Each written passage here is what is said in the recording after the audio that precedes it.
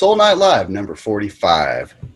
Today, my guests are Raymond Weston and Christopher Buzby from Echolyn. Hey, hey. How's it going? I'm well. How are you?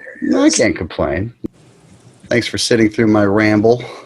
It's all good. It was a little more rambling than usual today. I don't know. Lots of cool developments to talk about, though. I'm just glad to get a theme song. I liked it. I saw your intro and your outro. Yeah, that's a real Hohner clavinet on there, too. That's cool. No fakey stuff. It's funny because it's the only lick on the whole album that was real Hohner, because once we started using it, it started having these kind of vibration, kind of buzzy issues. Yeah, they get a little wonky. But those 4 notes were good. So we were good to go on that one. Love it. Yeah, so the album's got a lot of clav on it, but it's mostly from those Korg boards, the red ones that are kind of rounded around the edges. Kind of looks like a Nord, but it's not a Nord. It's yes. Yeah, it's interesting how much sounds improved around the time those boards came out. Big time. Suddenly, somebody can nail a good Rhodes sound that didn't sound like Doogie Howser. And, not that DX7 sound, it was. I know, which I never had one. Real. I never had a DX7. Yeah. Hey, man, you can't blame yourself for being state of the art, No, I leapfrogged over that. I had a Juno 106, and then I went to Insonic keyboards, and I went all digital.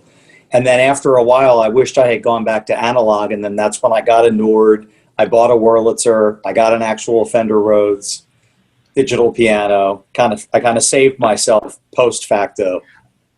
Yeah, I think I remember when you got the Whirly, you got it at a yard sale or something, didn't you? I did, yeah. It was at a peach bazaar at a church. Well, man, that was a catalyst for a big change in your sounds, I think, wasn't it? It all started with Cowboy Poems, yeah. That was the album where I just wanted to go more organic. Oh, it definitely is, man. It's definitely that kind of super trampy ballpark there, which is a nice place to be, really. Absolutely. I loved it. And for me, I write most of my songs on piano to begin. So moving from piano to Whirly was a lot easier than piano to synth. I can see that. Yeah. Have you used it on every album since then? Pretty much. Yeah, it's always found a home on something. Yeah. Is it on the new one? It will be. Yeah, we haven't laid any Whirly tracks down yet. It's been all piano so far. Okay. But I think what we're going to do is layer. And so once all the piano tracks are done, then we'll sort of put some Whirly, we'll put some Rhodes, we'll put some synth. But kind of let it be piano first, because that is how we wrote it. Okay. Well, that has a very honest kind of approach. Yeah, organic. Yeah, well, that's always good. Yeah. Especially in a world where everything seems fake. Yeah. Let's get as real as we can, Yeah, totally. And try and keep it honest from the way it was composed. Yeah. And you guys started on that, about 4 years ago now? Yeah, it hasn't even been. It's probably been 2 in total, because we took some time off after I Heard You Listening. I moved right when I Heard You Listening came out. And I live now 3 hours south of these guys. So once that album came out, we sort of had a big exhale of about 2 years. And then the itch started again of, hey, let's start working on some tunes. Are you just kind of playing around for your own enjoyment and you start going, hey, this could be good for the next album? Does it kind of start like that?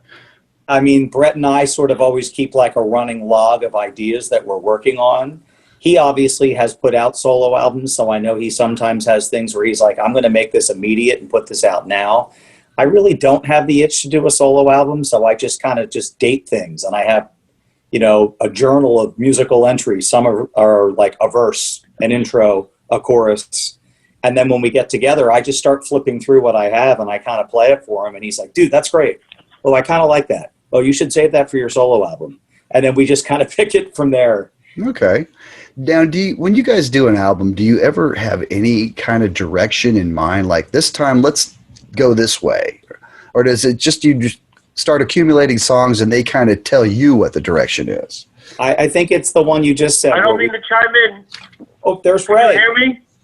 Ray's there. Ray. Well, maybe we'll have Ray via voice only, but at least he can be chiming in, because I can hear him here on my end, no problem. Yeah, I can hear him. But maybe it's better off you don't see me. I was thinking that. I just didn't want to say it. That's all right. You're allowed to say it. I know you. Oh, wait, I just did. All right, so continue. I apologize for butting in, but I just wanted to let you know that I'm here. No, I'm glad you're here. Yeah, don't sweat it. A lot of times I do these and it's, we don't have any visuals at all. And honestly, it's just talking heads anyway. So, once I get that PowerPoint fired up, it ain't Right going to on, matter right who's on. on screen. Yeah, We all get bumped. that's right. Or you turn into a little tiny window in the corner. Right, a little baby.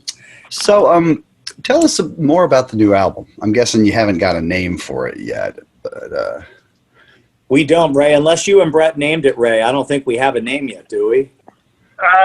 What we've come up with so far is Punching Atoms.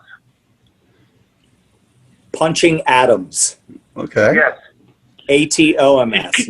Not people Yeah. named Adam. Correct. It comes from, I was working late. I was doing a double, and I'm working with dementia patients. And there was a gentleman walking around, swinging in the air, and I can say his name because he's dead now. I said, Bob, what are you doing? I don't know, man. I'm punching atoms. Perfect. Thank you, Robert. And I wrote that down, and it stuck. Okay. Well, that definitely sticks in your head and paints a certain picture. So that's cool. And we talked it down at my place months back. This is before the whole pandemic hit. Ray shared that story with us. We said it's also sometimes what it feels like when you're trying to be creative and come up with something original. You're just kind of flailing around and punching at the ideas and trying to make them come to life. Sure. I'm in So the same video. Yeah, it just Right. kind of carries that. Throwing stuff against the wall, so to speak, see what sticks, See what sticks. Exactly. So how many tunes have you got for this one? Is it 7 or 8, Ray? I think we might be up to 8. I'm But sorry. what- I'm running around trying to get earbuds so I can listen because my volume is really bad too. Yeah, no problem. That's okay. He was asking how many songs. We had 7, and then Brett put in Shelby 8, and then the one that you guys did with Jordan a while ago for a solo album. So I think there's 9 at this point, but we want to write more, so we have more to choose from. Yeah, I think so. Sean, we're sitting at around 9. I can tell you one of them's long. One of them's almost half an hour long. So you Oh, got wow. 8 songs and then sort of a monster mini epic, almost like a mini May. Okay, well, that's very nice. Right. Well, that's cool. Or- Us prog heads are going Sweet for the Everman too. Yeah, Sweet for the Everyman too. That's true. We could call it that as well, not just mini May. That's awesome. Okay, well, that's a lot of music. That sounds about like Yeah. about an hour worth of tunes. Easily, yeah. And Yeah. Sean, the thing that was special about the long song, and it sort of was the same way when we were writing May and also Sweet for the Everyman, we only were getting together for Saturday writing sessions. Brett and Ray would drive from Philly down to my place. We'd spend from about 10 a.m. to 5 p.m., just kind of crash coursing through either whatever we had worked on the last time they were down.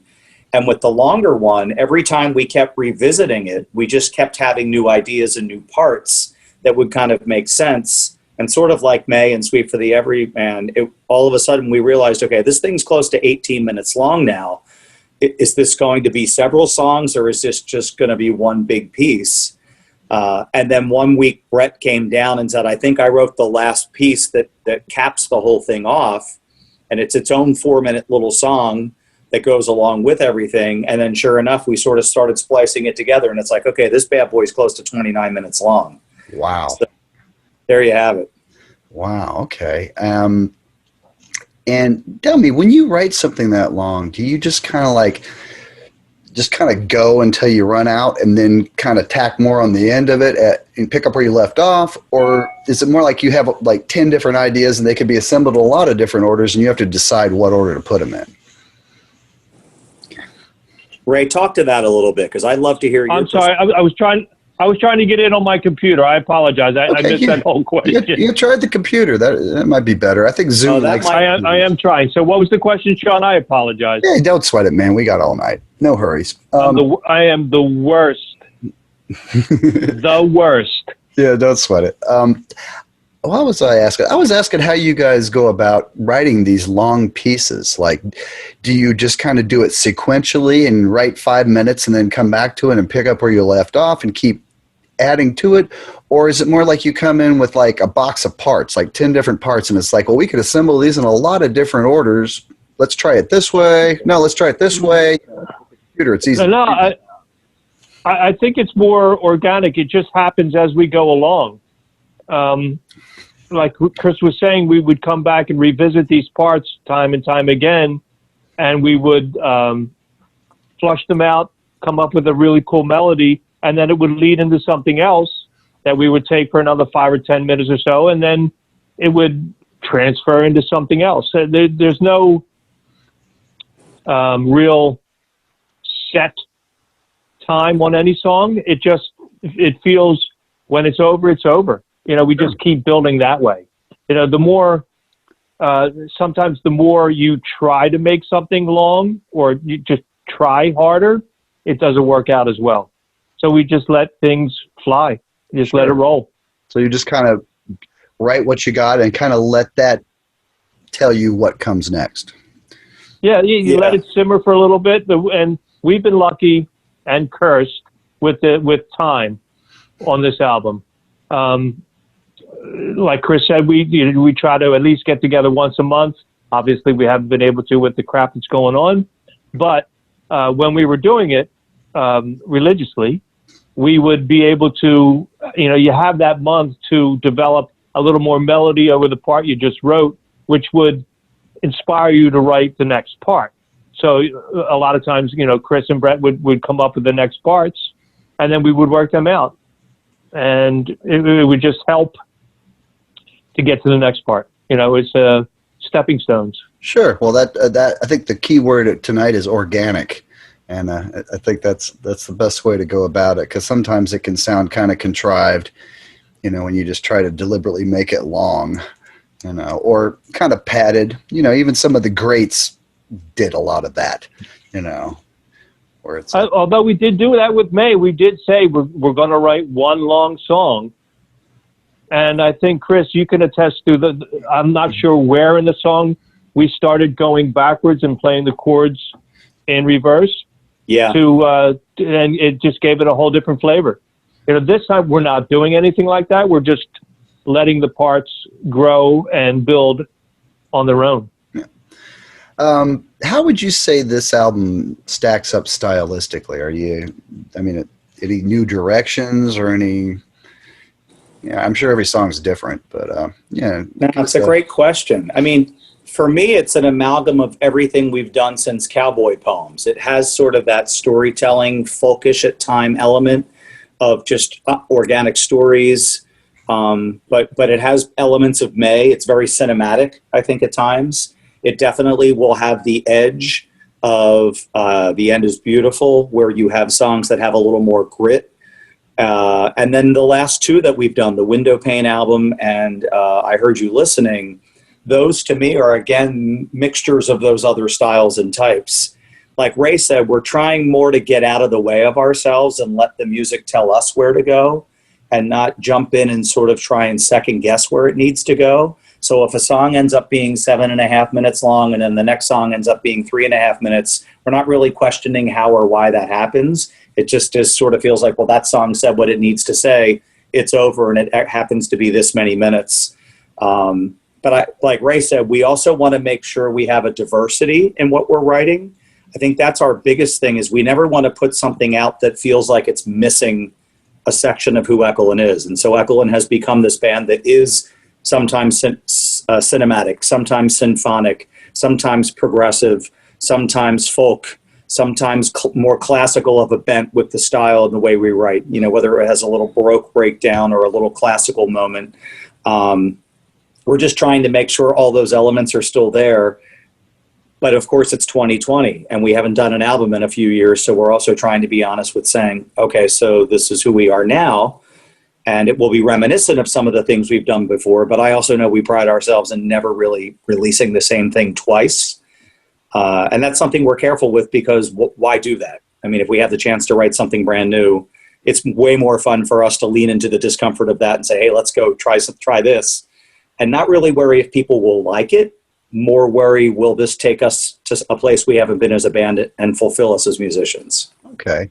And do you feel like... Go ahead, Ray. I'm sorry, to add on to that, with me playing bass on this album, it's kind of going back to what Chris said about the Cowboy Poems in May. But with Brett's experience with everybody that he's played with, it's helping push me as a bass player develop more melody and rhythm in to working with Jordan, because we haven't worked with Jordan since Cowboy Poems. So it's a whole new animal working with him. And as far as, with bass for me, he's pushing me back to the old, Sean, I'm not familiar if you know the old Still and Always Almost stuff that we did. Yeah. Old Pat Strauss was a good friend of mine. So he, that's where I felt my best bass playing was back then. And I'm feeling those oats again on this album. He's pushing me to get back to that. And as far as melody and lyrics, Brett's been working with Katie Barbado and with Jeremy Beck on the Rise Train and Katie's albums. There is more of a sense of melody for myself and for Brett, working with the vocals and the words this time. Well, it's some beautiful stuff, man. I was going to say, I can't wait for everybody to hear it. Kind of leads to my next question was, have these other projects informed this new record's sound and approach? And it sounds like the answer is yes. And are there go ahead. Outside influences musically that also have informed it, or is it mostly just kind of internal? Sean, I listen to a lot of death metal, a lot of black metal, like really heavy stuff. So it's not, those outside influences don't push me in our writing. I fuel off of what Chris does and what Brett does. And, I trust their instincts and where they go with a lot of things. Or if I go someplace, we all kind of follow each other. We are the same, differently. Okay. And I'm sure folks are wondering what's up with Paul and Tom. Tom is now playing with Simon in Tribe of Names. Right? Yeah, well, no, they changed their name, Chris. Oh, I didn't know that. They changed, their keyboard player left, and it was his name. So they changed their name to Tribe of Names. And we have Jordan in the band now, Sean, and that's all I'm going to say on that. Oh, yeah. Well, I'm pretty sure I saw him with Adrian Belew about a year ago. So yes, you did. You did. Yeah, and anybody that can play with Adrian Belew is a mother. So, and I'm sure, yeah, he is. And just that probably changed the whole vibe. I mean, before you just had him on percussion, and now he's driving. So right. That sure. No, he did on Cowboy Poems. He did play how many songs, Chris? 3? I think it was 3 songs. It was Human Lottery, Gray Flannel Suits, and maybe Texas. And American Vacation Tune. Oh, AVT. AVT. Oh, very cool. Yep. You should see the mountains. Sean, I don't know if you know the story. So Jordan was actually a former student of mine at the school where I used to teach, Abington Friends School. Yeah. And in his senior year, Paul wasn't sure he could do Echolyn anymore. And we were getting ready to work on the Cowboy Poems album. And I just said to Brett and Ray one day, hey, how about I bring this young 18-year-old kid over? He's really good. Maybe he could step in and play drums. And then the rest is history. He came over, between us, I think Paul was all of a sudden like, whoa, wait, they're bringing in this 18-year-old kid. Maybe I can find the time to still play. And we ended up having 2 drummers on that album. And then Jordan got into Berkeley and went to Boston, and off he went with his own career. So it is kind of poetic that he's now back in the fold again, having gone out and done all these amazing things. He subbed with the Blue Man Group. He was on tour with Tiger Ikoshi, a jazz trumpet player for years. He's played on so many different styles of albums. He's a world drummer. He's a tribal drummer. He's got all this great polyrhythmic stuff. Of course, you mentioned the Belew gig that he had for over a year. And now he's back working with Echolyn. So it's super cool how our chapters have kind of found each other again. And we're back with Jordan. Do you feel like his evolution as a player has informed this new record as well and kind of pushed you guys to be a little more polyrhythmic or whatever?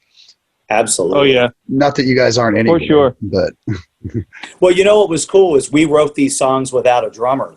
And then he came into town and we played the songs for him at the studio and basically said, okay, take 3 to 5 shots per song. And what would you do here? And he was on the fly, literally just listening to these songs and reacting to them. And as soon as we heard parts that we liked, we said, yeah, do that thing there, but maybe do this. And then, yeah, do that thing there. And then don't change a thing there. And so then Brett was just recording all of his takes on the fly.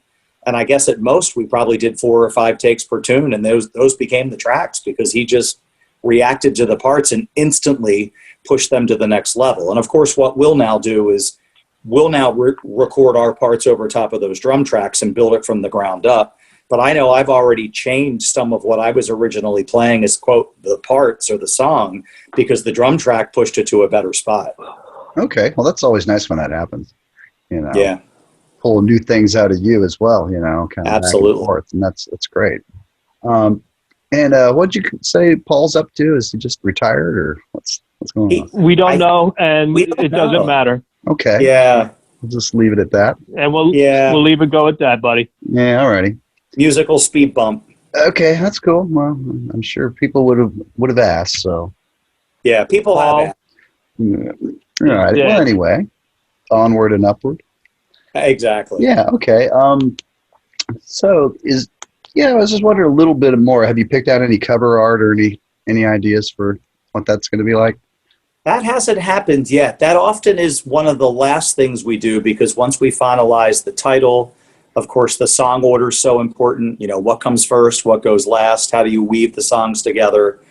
I think that'll sort of dictate that. But running with what Ray said about that title of Punching Atoms, or at least the working title at this point, just the concept of, ironically, what we are all going through in this pandemic even. You know, it's trying to punch our way through life with this invisible thing that we're all trying to hide from. I told my students at school the other day, it's like a live version of Where's Waldo, but instead it's Where's COVID? You know, and you think about like, wow, that's how we're all trying to live our life right now. We're trying to avoid this thing that could be really bad. And yet at the same time, we're trying to keep our lives moving forward. Yeah. Well, I don't know. It feels like things are slightly getting back to normal. I don't know y'all's neck of the woods, but it seems like, you know, people are starting to play out more and stuff. You know, there's a lot of outdoor possibilities, and that it's nice to play outside anyway. You know, so Yeah. Speaking about playing out, yeah. just I was out. My wife and I were out back. We had a campfire going all night long, and I happened to watch Brett and Jeremy play live tonight, along with Katie Barbado. They did a gig at a art center in Haverford, or Havertown. I'm sorry. It was a really great little gig. Very So cool. it was kind of weird sitting there watching him play, knowing in a few minutes I got to put out the fire and come in here and discuss the band. Yeah. Well, thank you for taking the time. You know, busy night. No, please. Yeah. So yeah. I know I was joking earlier and saying, you know, maybe if I can stay up, but Yeah. of course I can. Yeah, but I don't know what I'm not your that hours old. are, but you know, I like to stay up late on Saturday, so I figure everybody else does. I too. try to. You know, this is kind of my normal time slot, but I do other shows too because sometimes it's, you know, not everybody's up for this time slot. Like people in England, like it's 3 a.m. or 4 a.m. It's like, who's going to stay up to talk to me at that hour? So, you know, The insomniacs. so it's like, okay, I'll meet you at 1 o'clock Eastern. You know, but it's worth it. You know, and it's been really fun getting Hell to yeah. chat with, you know, everybody I've had on the show is somebody whose music I really loved and been inspired by. You know, it's like, I don't know if I could just interview any old band. I mean, I could, but, you know, I'm just kind of doing the stuff I'm passionate about. So, you know, good to Cool. chat with Well, you. Well, thank you. appreciate you reaching out to us. Thank Thank you. You know, God, I feel like I've known you guys for a long time, just chatting about music on my page here for so many years at Facebook. I remember when I first heard you guys, I want to say probably around 2000-ish, maybe right around there, you know, when we were kind of checking out all this 90s prog that came along. And it's interesting. It's a pretty short list of groups that kind of rose to the top out of that decade in hindsight. And you guys are top of the pile as far as I'm concerned. But, you know, there's Thank you. Thank you. like Spock's Beard and Flower Kings and Dream Theater. And they're all Who? Yeah, exactly. Who? And Sorry.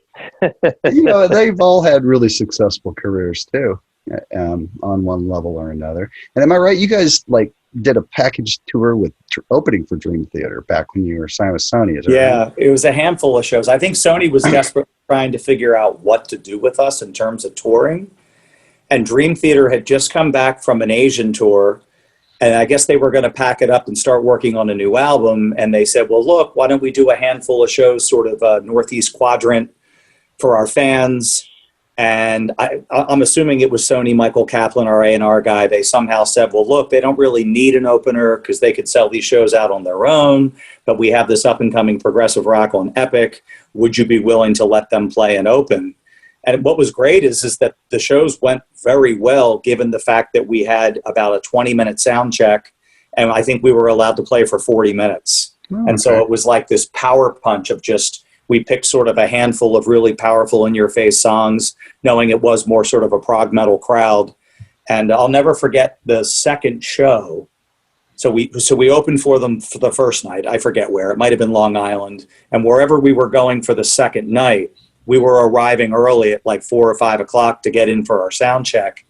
And we're driving through the parking lot and we see cars with the backs up and people were blasting As the World. And Awesome. So people had gone out and bought the album based on that first show.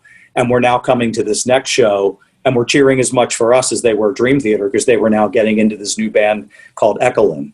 So it was cool. Yeah, well, it's not a bad pairing, especially back in those days. I think Absolutely.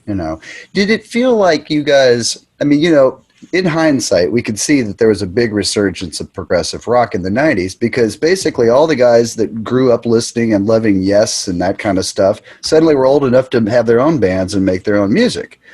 And it's interesting because you hear the influences seeping through with every band.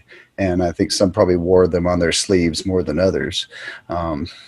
And it's interesting. I'd say a lot of them really had a strong Genesis vibe going on. And I sometimes wonder if Genesis is like the low-hanging fruit of prog inspiration.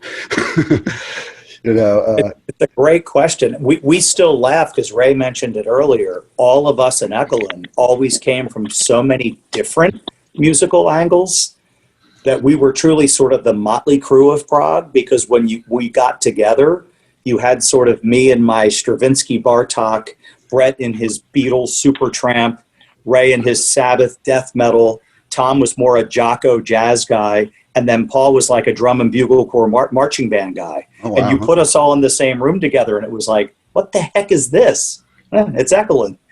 Well, I think some of the best groups come out of just like this kind of jambalaya of inspirations, and almost like the more you mix it up, the more original you get, Yeah. And, I think that's great. There was something that really perked my ear up about y'all's music from the get-go, it was, and just the arranging was so ambitious. I mean, it still is, but you guys have kind of matured a bit in that department. But, the stuff back in the 90s, it was just like, this is what I'm looking for modern prog to be like.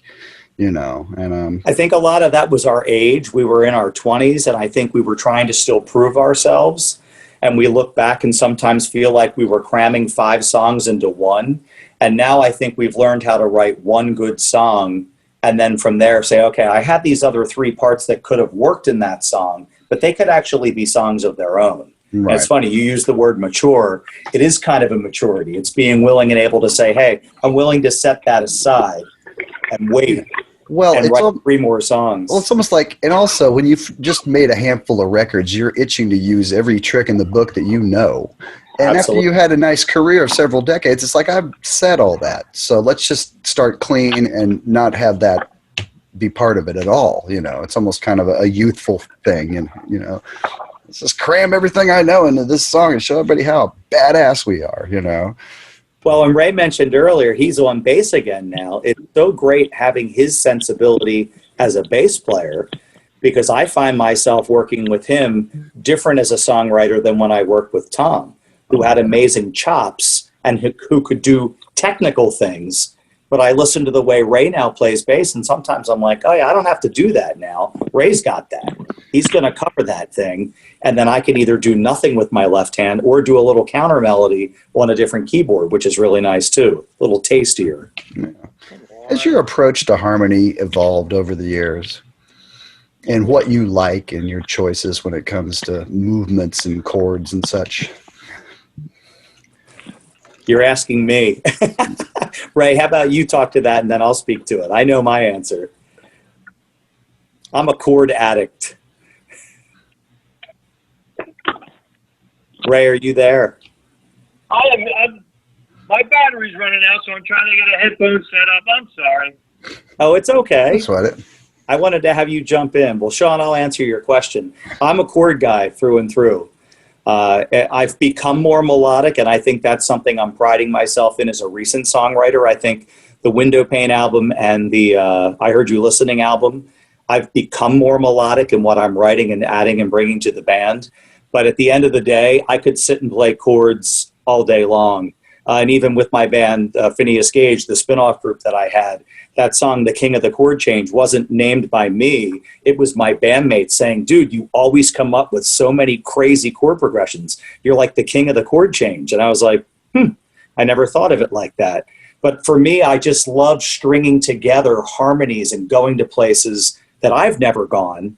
And then, of course, being a fan, you mentioned, I saw earlier Alan Holdsworth's album, IOU. I'm a huge Holdsworth fan. Oh, yeah. I always loved his concept of talking about reaching for the uncommon chord. Oh, like yeah. going to that place where no one else has ever gone from this chord to this next chord.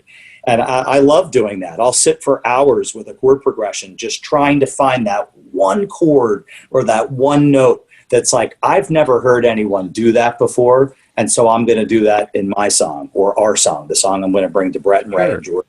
Well, sometimes that's just like the genesis of a song. It's like you get a cool chord movement. It's like, all right, now we're rolling. That's exactly it. I love this. I'm going to use this in a song. Let's see what it tells me to do next. Correct. Right. So yeah, and it's magical because to me, it's almost like solving a puzzle or a riddle. When it clicks, you're like, yes, yes, yes, that's the one I've been looking for. Meanwhile, you didn't really know what exactly you were looking for till you finally found it, and your ears tell you before your brain tells you. Yeah, sometimes it's just like, well, I've never really heard anybody do that before. Yep. And it sounds great, so let's proceed. Yes, that's a great way of putting it. Oh, thank you. So, does it feel like Cowboy Poems kind of back again in a way, or is it just in the instrumentation, or is it? You feel a connection? I would say it's just in the instrumentation. There's no real. The Cowboy Poems was just us just getting back together again for the first time. There was a lot of new things going on. There was more excitement back then about it. There's not that there's excitement now, but I think now it's more. It's a more mature version of who we are. It's just the same instrumentation, though. A little better at what we do. Chris? Yeah, I agree. And I would also throw in the storytelling element. To me, Cowboy Poems was indeed sort of going back and telling other people's stories. And I think now we're actually telling our own stories. So I think lyrically, what I've heard you and Brett working on, we're talking about our own lives and sort of how we're navigating life. And, no one's getting any younger. And yet at the same time, we're still having epiphanies and, discovering things about ourselves and our friends. We've all had hurdles in life that we're trying to sort of work through and navigate. And at the same time, at the end of the day, we all still absolutely love our albums. We love each other, and we love the process of writing music. And so we carve out the time that we need when we can to still keep this alive, even though at this point it really is a glorified hobby. Well, progressive rock, it's a tough one when it comes to trying to make money and such. I'm not sure too many people do, except for maybe the greats from the 70s. We've always made enough to keep this going. Well, that's great. It's always, we never have to take anything out of our own pocket. Yeah. It's always gone back to the band. That way, if we ever need anything for the band, it's there. Well, that's great. In essence, we're all right. So I was wondering. I've called it a self-fulfilling prophecy. Every time we've put out a new album, it enables us to do the next album. And like Ray said, it's weird. One time we reached into our own pockets, and that was to do Suffocating the Bloom. And we all tossed money in to help fund it. And then we all immediately paid ourselves back as soon as the album came out, because we sold 1,000 copies within a few months. And then none of us have ever had to spend an individual dollar of our own money since 1992, because the band has always paid for itself. So at the same time, it's not our full-time job, so it's not like we're relying on it to pay mortgages and car payments and groceries and healthcare.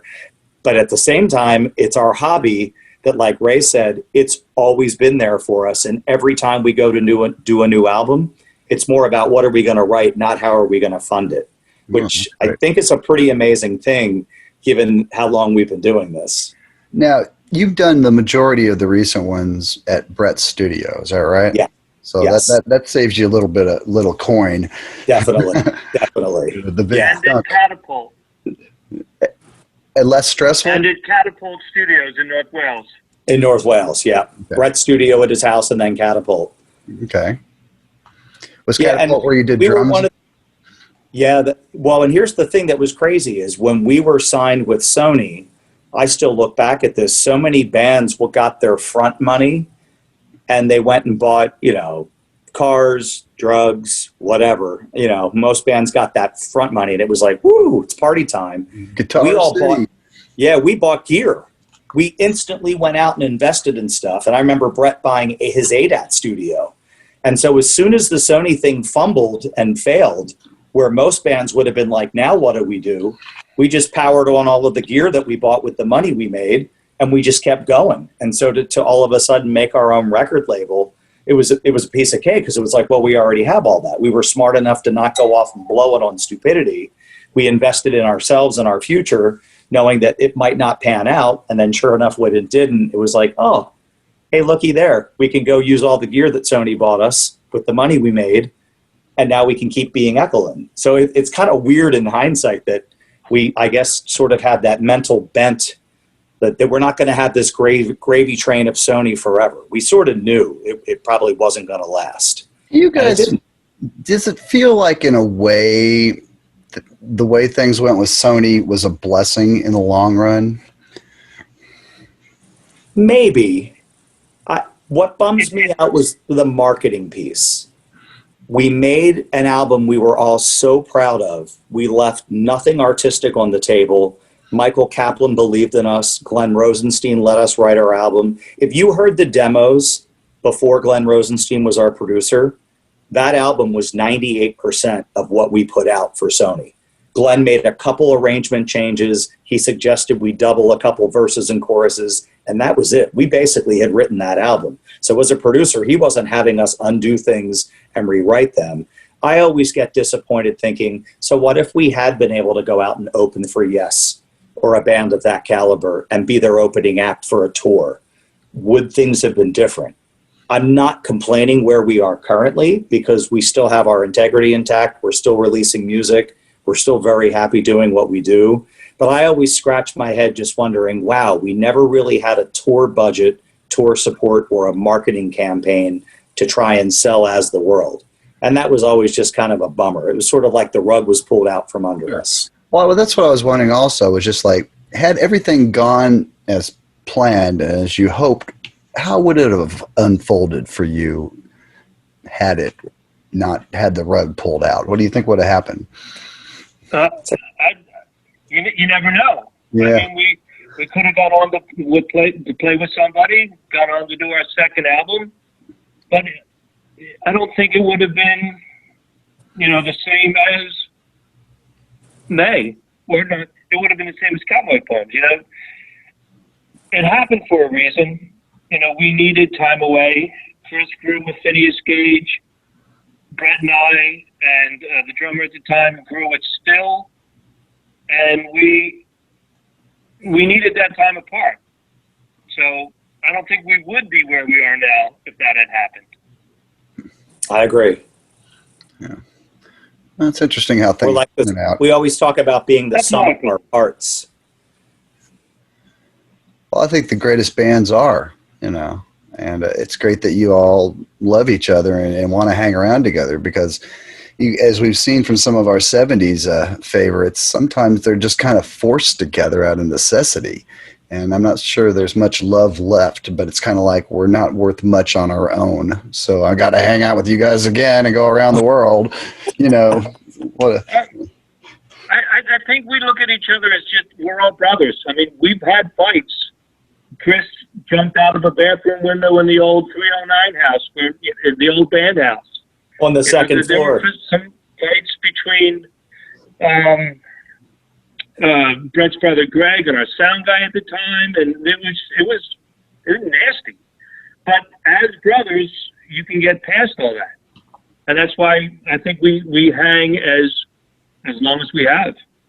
We're just all brothers. We can fight, we can disagree, but in the end, if I can curse, fuck it. Well, and Ray, we were always fighting for the passion of the band. None of our fights were frivolous. Our fights were over marketing, putting out the right album, the song order on the album. You know, I mean, it was never about anything trivial. It was usually about the band and music. Yeah, and so we were just passionate about who we were and what we were doing. Sure. Hey, your brother John's in the chat room, and he's wondering. Nice. He's wondering what you're drinking. Oh, this is my fallback. He knows this one. It's called a Sierra Nevada's Hazy Little Thing. Okay. One of my faves. Have you got a tasty beverage there too, Ray? Yeah, I've got a Pabst, nice and cold Pabst. Okay. All right. Well, I'm still trying to get my sponsorship from these guys, so I'll there you go. Drink Dr. my way P. into oblivion. That's right. Nice. No harm in that. It's just what the doctor ordered. If he's a dentist and your teeth are rotting from too much sugar, but that's another story. That's another $5,000 bridge. That sounds like the Johnny Depp Willy Wonka. Yeah. That's not the kind of nonsense I need. Yeah. So, I was wondering about those early days in the 90s. In hindsight, we could look back and say that you guys were, at the forefront of the 90s prog renaissance. When did it even feel like that, or did it feel like you were kind of on your own little island and all these other bands, you didn't even know them until the internet came along and kind of lumped you all together? I think the second one. We were just this band in West Point, Pennsylvania, doing our own thing, building a local following. We played on a Tuesday night at the Ambler Cabaret and 35 people came. They moved us to a Thursday night and 55 people came. We became an opener on a Friday night and 150 people came. We were eventually headlining on Saturday nights and selling the place out. We were making our own story and just being a local group that started with a bunch of friends and family members. But there was this groundswell. Like all of a sudden there were hundreds of people talking about us, and even the club owners. It was the cabaret scene. So it was the Chestnut Cabaret, the 23 East Cabaret, and the Ambler Cabaret, all sort of in the Philadelphia suburbs and downtown. That's how we got to open for Holdsworth twice. That's how we got to open for Hawkwind. That's how we got to open for, what's the singer from Boston? Return to Zero. Brad Delp. Yeah, Return to Zero. Brad Delp. Yeah. We opened for Tommy Conwell and the Young Rumblers. I mean, they basically started putting us in front. We even opened for Paul Kantner. Yeah, that was just to say Paul Kantner from Starship. Yeah. Blows Against the Empire, that guy. Yep. Very cool. I was wondering about some of the bills that you're on, and how memorable some of them are all these years later, and just like locally, were you guys like the only band in town kind of playing the kind of music you were playing? Did it almost like, I imagine I think so. I do believe so. I think that's why it was so hard on us. There was nobody that they could pair us with. We, like Chris was saying, we just fought. We fought through Philly. We didn't know we were a quote unquote progressive band. We just played what we wrote. And we fought through our way through Philly and beyond now. Sure. Well, it's funny how these categories and definitions kind of come up after the fact, I mean, Yeah.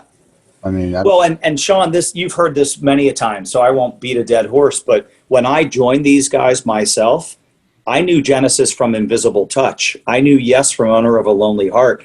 Because of when I was born and not having older siblings, I joined the band knowing all the modern versions of those progressive bands. And like Ray said, these guys became my older brothers. So they literally had to sit with the Zeppelin box set one night and say, you do know this is Led Zeppelin. And I'm like, oh, I didn't know that. And you're like, dude, this is Kashmir. And I'm like, oh, I've heard the song on the radio, but I didn't own any of that music because I turned 10 in 1980. So the first album I bought was Back in Black by AC/DC, you know? So it was almost like a time warp of sorts that for me, who was one of the main songwriters in the band bringing ideas, my ideas weren't coming from where their ideas maybe were coming from. And I think that was always kind of fun because we almost had to reintroduce ourselves to things. So like Brett would say, oh, this is kind of like a Supertramp thing. And I'm like, who's that? He's like, here, you need to take this tape home and listen to it and then come back next week and tell me you at least know Breakfast in America, Right. Which of course I do now. But in hindsight, I didn't know any of that music. And it was just kind of fun because, again, it was organic and natural. And just like brothers would turn stuff onto things, I think of my own brothers, Brian and John. They turned me onto things as younger brothers, but I was also always turning them onto things as their older brother. So it was just kind of this cool synergy, kind of figuring out who we are and also who are we going to be. And truth be told, that's how we became Echolyn. Like at the end of the day, it was, again, that motley crew of these 5 guys who were from all different walks of life and all different musical backgrounds. And you throw us into a blender, and what always came out was the newest Echolyn song. 3 minutes long or 50 minutes long. Or anywhere in between. Anywhere in between. Awesome. Okay. How'd you come up with the name? That's Ray, that's a pretty easy one, right? Brett came up with the name Echolyn. But don't forget the story. According to him, this is loosely translated, that when you hear the name of the band, you think of the music. When you think of the music, you think of the band. It means nothing. When I joined the band, it was already Echolyn, and then I think Chris joined before I did. So it was, I think the 3 members were Brett, Jesse Reyes on bass, and JJ Zeller on drums when it started. When they first called I think something happened with JJ. Paul joined, and then I think Chris joined after Paul. I'm not sure. Yep. And then I came in last. Okay. And Ray, But it's always been what the music is and what the band is. And Ray, correct me if I'm wrong, and maybe I feel like I'm connecting the dots here.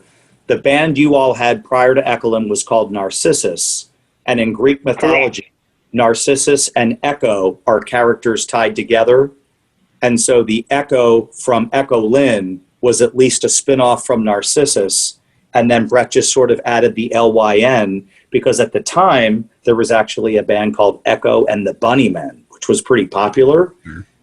I think they were more like pseudo-punk, underground kind of. And so Brett just came over one day like, how about Echolyn? And we were all like, who's Lynn? And he's like, it's no one. It's just like a play on words. It just rolls off your tongue. Echolyn. And it was like, oh, man, that kind of works. No one else would have that name. Now, I noticed that usually the E is lowercase. Does it bug you guys when people capitalize that? It doesn't bug me. No. Good, because I've seen it both ways. And, you know, for the sake of style, it's tempting to capitalize it, especially if you're starting a sentence with it. Right. So, you know, I've always kind of wondered about. I always feel like I'm going to capitalize this. I hope they don't mind. But, to be honest, it's more annoying when people mispronounce it. So we've had like Echolyn, Echolyn, Echolyn, you know. Right. That's more like it's Echolyn. Just the way it looks is how it sounds. Echolyn sounds like a Ford van from the 60s. Yes. It is. Yeah, pretty much. It probably was. Yeah. Okay. So we talked about the new album. Well, should we break into the look back at the catalog now? Yeah, I'm curious. You said earlier you made or created something. Yeah, well, I realize I can screen share on here, and I've never bothered to do that. And I find that when you're talking about a discography, it's nice to look at the album cover and, kind of yammer about it. And I have a show coming up next week called The History of Yes, and I just thought, oh, that's going to be a long slog without any pictures. So I put together this really cool PowerPoint for that. And it was tough. Nice. I found a picture of every lineup Yes has had, and there's over 20 of them. Wow. And sometimes the picture was about 100 by 100, and it's looked like shit when I blew it up. So it was like a day-long search putting this damn thing together. So, wow. Yeah. So that's going to be kind of fun. And it's sort of an obvious topic, but they're kind of like the most revered prog band in some ways, and people never get tired of talking about them. And so, yeah, and they're still going in some ways, right? Aren't there 2 versions of them now? Or well, yeah, there are actually, and I think they're both kind of happy. It's almost like our camp's happy, your camp's happy. Let's both do this. And there's always talk of put them together, and it's kind of like I don't know. I think people just want to kind of be with the team they like to be with, and it's almost like a lot of fans think they can assemble Yes in any order that pleases them, and it's like no, these are people with histories, and right, they might not want to be on stage together all of them. Let it go. Yeah, it's like they gave us more than most decades. Oh yeah, like 20 albums. It's what more do you want to squeeze out of this at this point? Right, it's for nostalgia. Pretty much. Well, I thought I might have seen my last Yes show 15 years ago. I'd never expected to have other ones to look forward to. So that's, that's been a nice treat. In my advancing age, it takes me back to feeling like a teenager again or something. It's like morning. That's awesome. Someday. All right, well, let me fire up the screen sharing here, and we will go ahead and get rolling with this here. All right.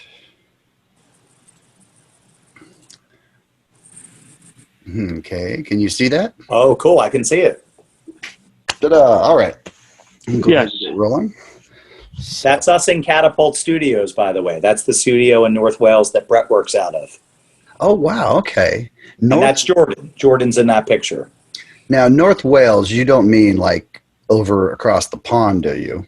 No. It's actually right next to West Point, where we used to have our studio, where Brett's parents' property is. Oh, okay. Yep. Very cool. Right down the road. And you went there to do drums, is that right?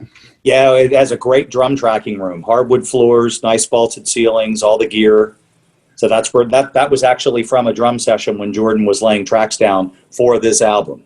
Okay. Well, yeah, man, you got to get that great drum sound, and then everything else falls into place pretty well. You got it. Yep. Well, totally understand. All righty. Well, first things first, debut album, 1991. Tell us about this cover art. What's going on here? I imagine every one of these things is symbolic to the band in some way or another. Am I right? You got it. Ray, tell them about the picture. All right, well, I'm going to start off. That's my dad in the back. Clown? As the clown. Okay. In the front, that little sunburst guitar, that's my buddy John Chevy's, he willed me that guitar. There's my level, my work belt. I was a carpenter at the time. I can't make out any of the other stuff that's in the front, but I think behind the pictures, if you look closely, there's a set of, there's a peace sign on the right and a peace sign on the left. It was so windy that day that I think myself and Brett's brother Greg were behind those paintings with our fingers up, giving a little peace sign, trying to keep everything up. So they wouldn't blow. It's just, so they wouldn't blow away. It's bits and pieces of everything, that we were at that time. Chris, I think, Chris, didn't you say, isn't the Kennedy picture, is that yours or was that Paul's? I think that was Paul's, but I can see my saxophone. I can see a picture of my metronome from my piano. There's a poster from the Philadelphia Boys Choir, which is the group my brothers and I used to sing in. Yeah, it's just a menagerie of things that were us. Okay. Collection. Yep, and the paintings were done by Brett's brother Greg, who wound up painting the Suffocating the Bloom album. I know there's the Narcissus sign in the corner there on the left. Yeah. Brett's buddy, I'm not going to mention his name because he's a high-ranking official in the world, used to steal those signs for us back in the Narcissus days. There was our Narcissus Road pretty close to the area, and he used to take them all the time. Very cool. Very cool. And that's the tie That back was, to the original band name, Sean. See that Narcissus sign, left-hand corner there? Yeah. Yeah. Yeah. And And there's the Narcissus and the Echo. I from see another Echo. one on the right as well. Oh, yeah, you're right. There's yep. Bit of a collection going there. This picture was taken on the property of a house that at the time I think Brett lived in, Paul lived in, Greg lived in. I think Paul's future brother-in-law Jack lived in. There was at least 4 or 5 different people at any time living in this house that we deemed the crack house. And There was a lot of property. Yeah, every weekend we lived at it with them. Yeah, we did. Whose hat is that on? A lot of I think that's Ray's. say that again. Is that your hat, Probably. Ray? On the corner of the picture? Probably. Yeah, it probably is. Ray had a pretty decent, you might still have it, Ray, a nice hat collection.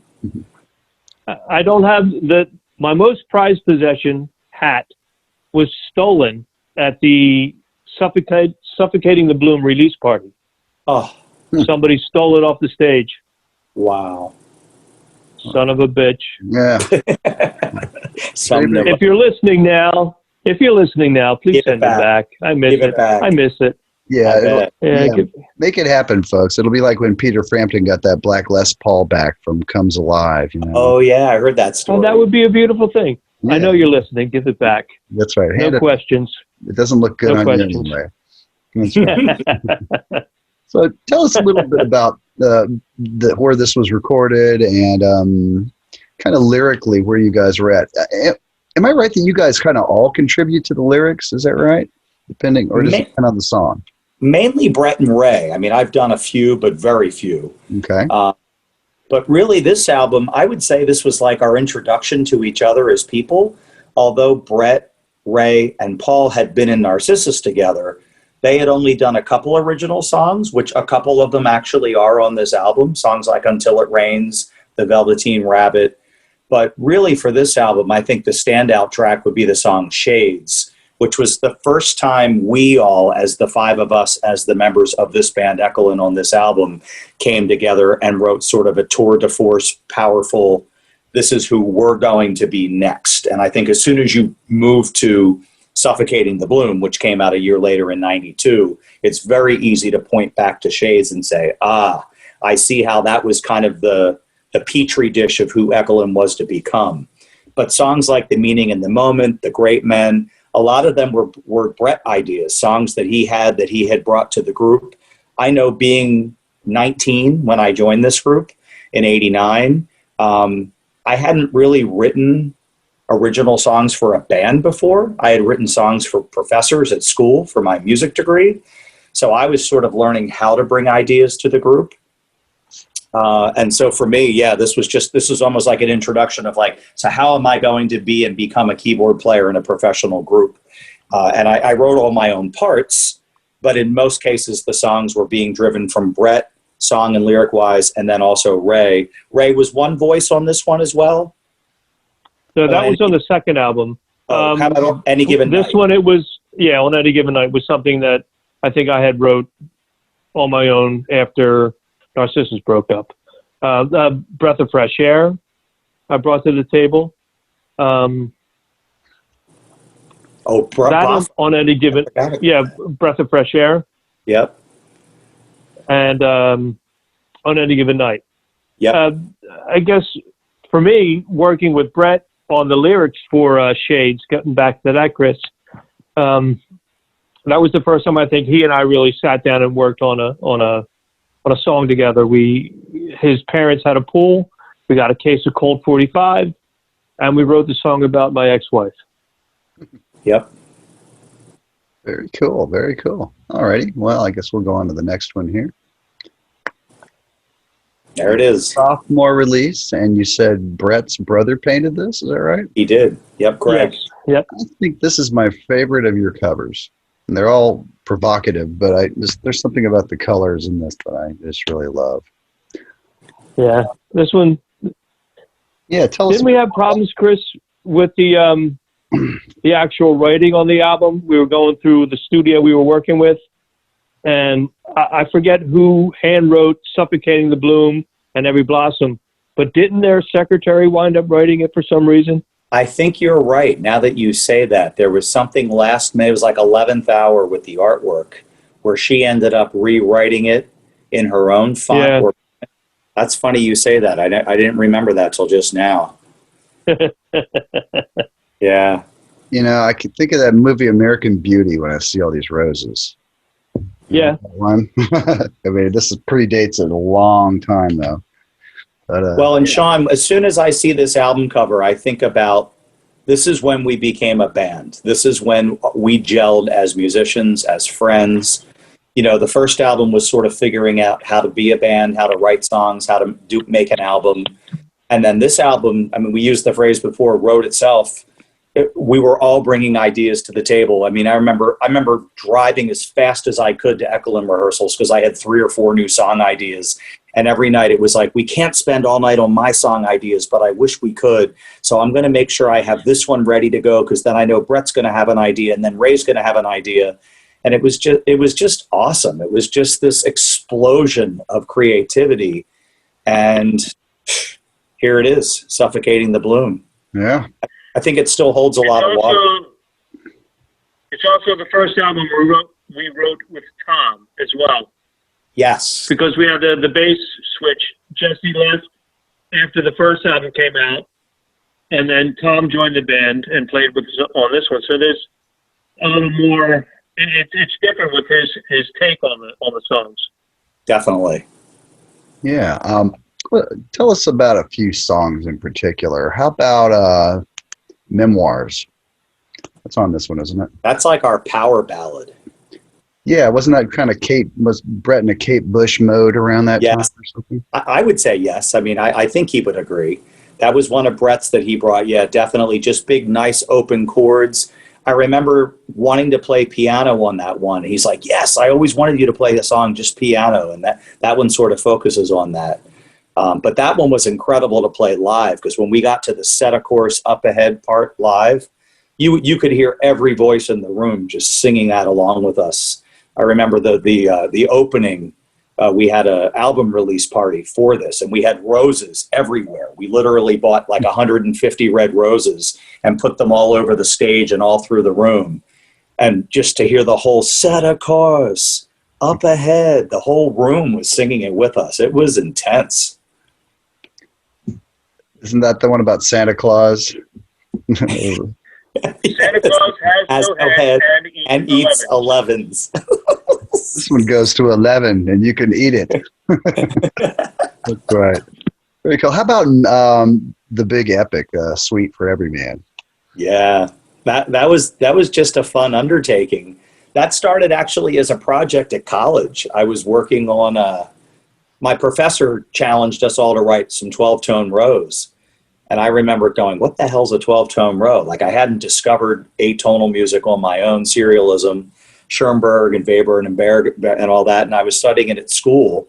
And I wrote this row, and my professor said, that's great. Now write another one to go with it. Now, am I right that a tone row, basically, you're using all 12 notes on the chromatic scale, and you can't Correct. repeat any of them until you've used all 12? That is exactly right. Yeah, that's the basic premise of it. And there was Arnold Schoenberg is the one who sort of invented this idea. It was supposed to be the most perfect of all music because you weren't giving any one tone preference, which, okay, I get it in concept. But I remember my professor, I wrote this 12-tone row. It's the opening, the opening line to the suite. And then my professor's like, that is a great row. Write another one. And I was like, what? Because I thought the assignment was done. So what ends up happening is the second row is sort of an interpolation of the first row down 2 octaves in the bass line. And it's twice as long, So it's like rhythmic expansion.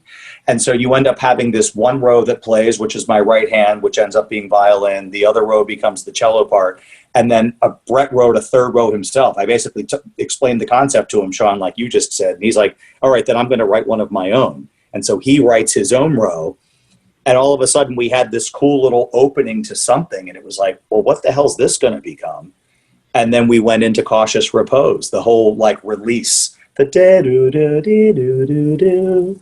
And off we went. And sort of Ray said this earlier. I don't think we ever discussed writing a 28-minute song.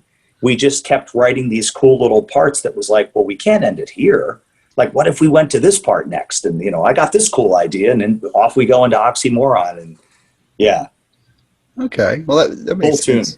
And, it's funny. I've heard that from a number of artists. I remember I was chatting with Roger Manning from Jellyfish about, they have a new group called the Licorice Quartet, which love it. Oh, I love that EP. And their production quality is just off the chain. It's like, yeah, they're just perfection. And then they keep going. Yeah. And there's that tune, Lighthouse Spaceship. I was like, well, was that kind of meant to be your prog opus? And he's like, no, we just couldn't finish it. It just, it wound up being that long because it took that long to say what it needed to say. So, yeah, it's the most epic one on that little EP. Yeah. Even the stuff they did with Jellyfish, the Jack Joseph Puig, I think, was the producer for those two Jellyfish albums. Yeah. Spectacular sound. You can crank the hell out of those albums and everything holds up. Yeah, I mean, impressive. Yeah, it's just like, they still are setting the bar in a similar place when it comes to production and just writing in general. I mean, there's definitely some Jellyfish DNA in Licorice. Oh, yeah. Good stuff.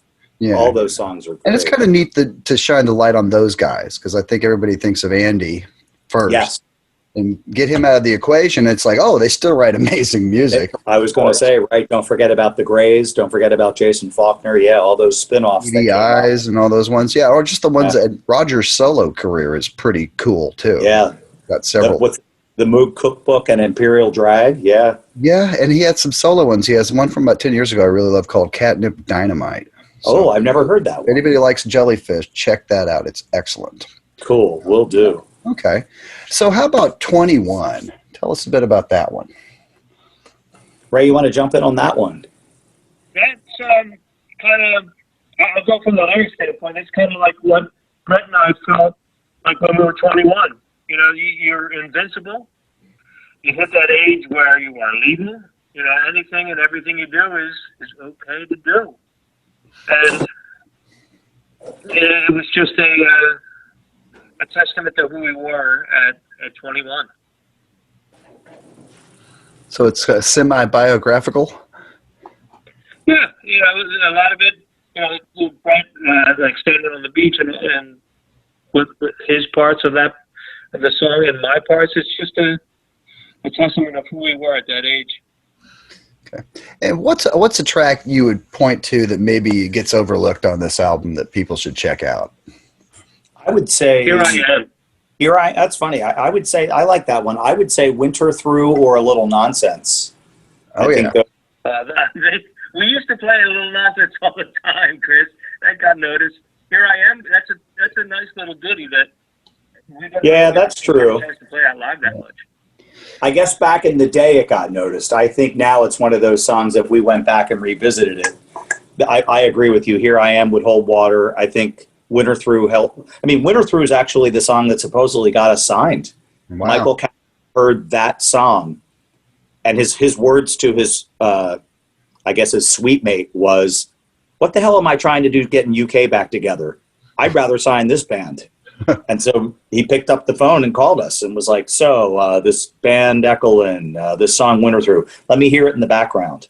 And we were downstairs having a rehearsal and we started playing it. And he was like, yeah, okay, cool.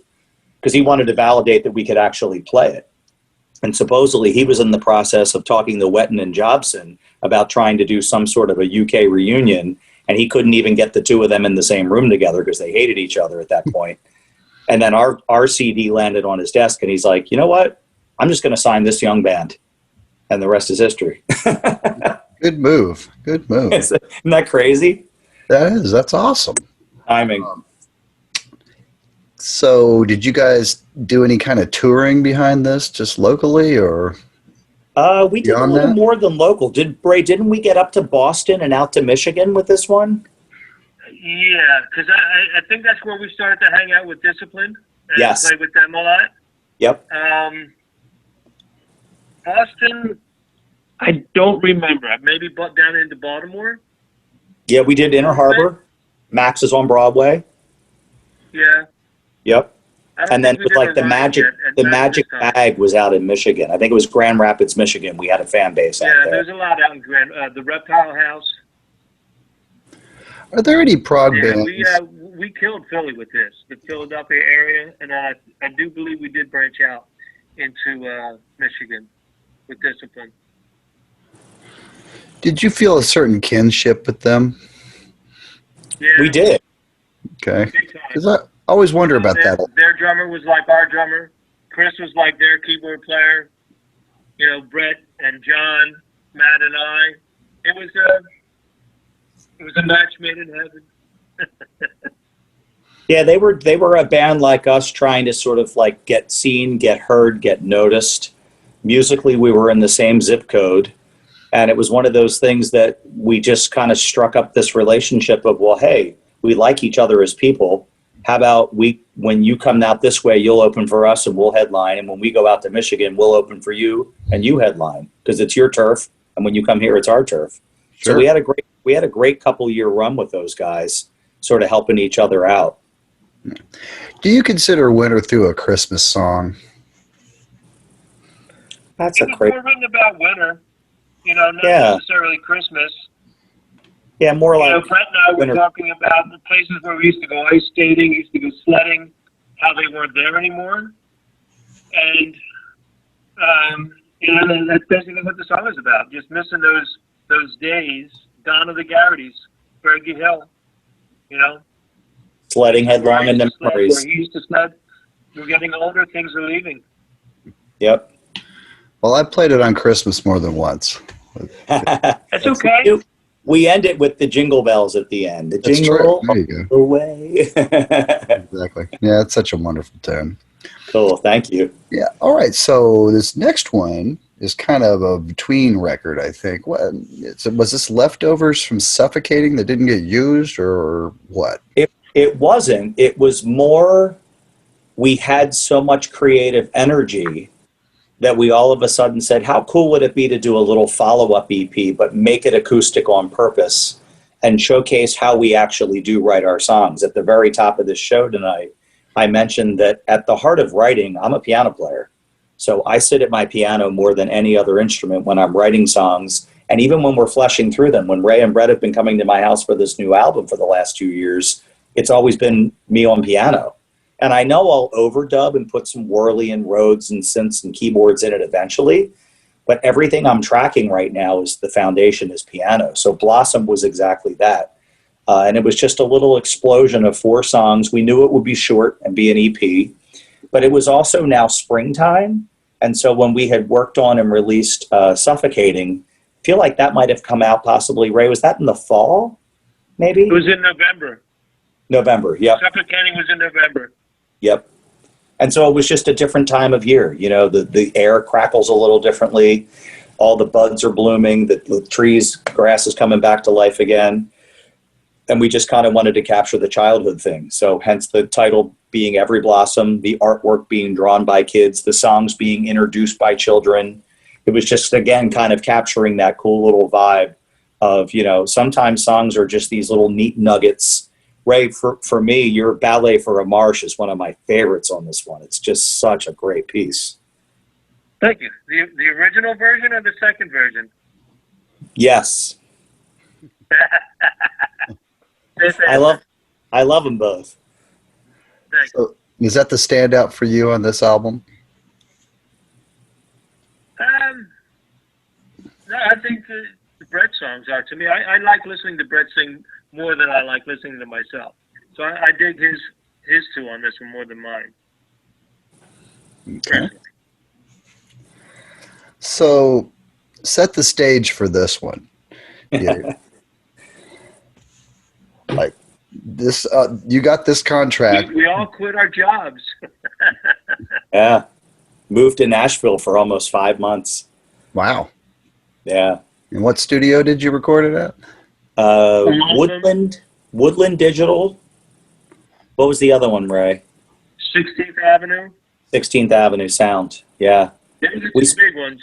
We spent $212,000 making this album, which in standards of making albums is actually pretty cheap because that included living in Nashville for 5 months. So that was paying rent, board, food. But it also included bringing in the members of the Nashville Symphony to play the opening, the Always the Same, and the Met strings on Never the Same. They played the strings in Entry.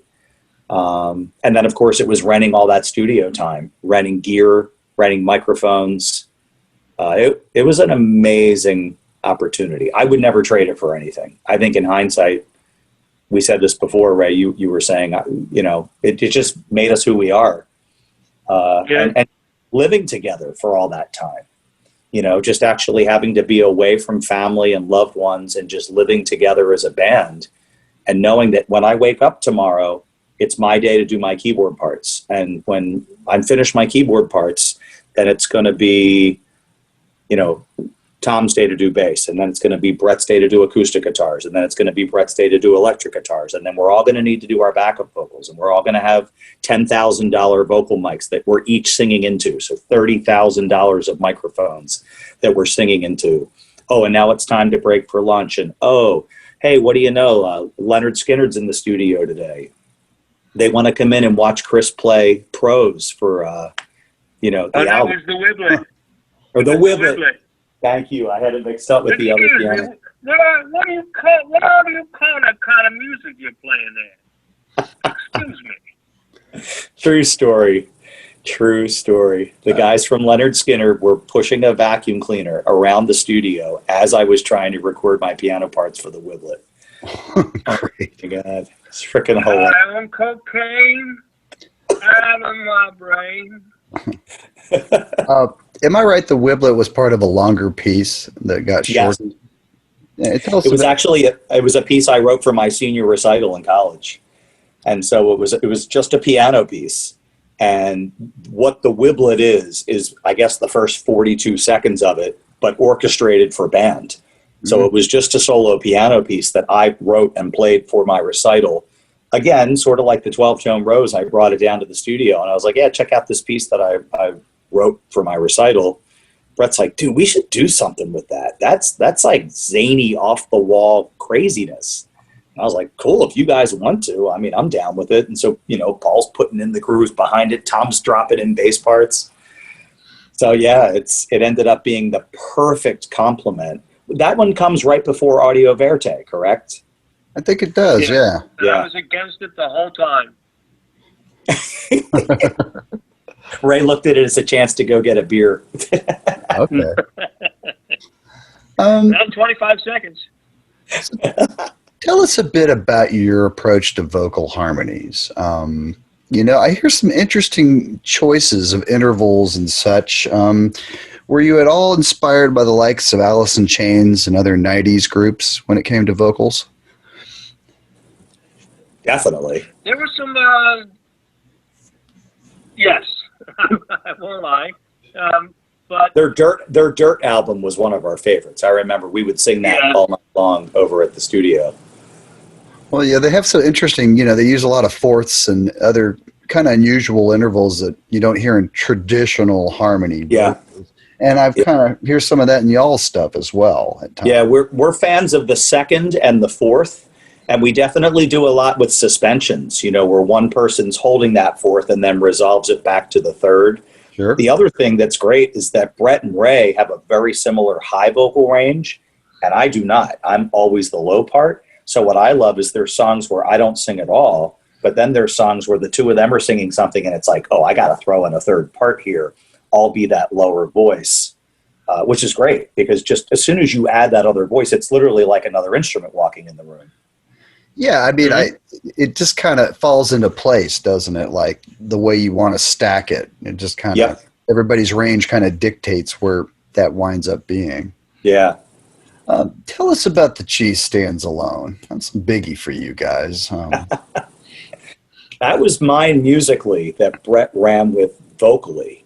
So, or lyrically, I guess I should say. So it was something I was working on. I still remember sitting at the little spin-it piano at my parents' house. That dun dun dun dun dun dun dun dun dun dun dun dun dun da da da da da da, and just having that cool idea.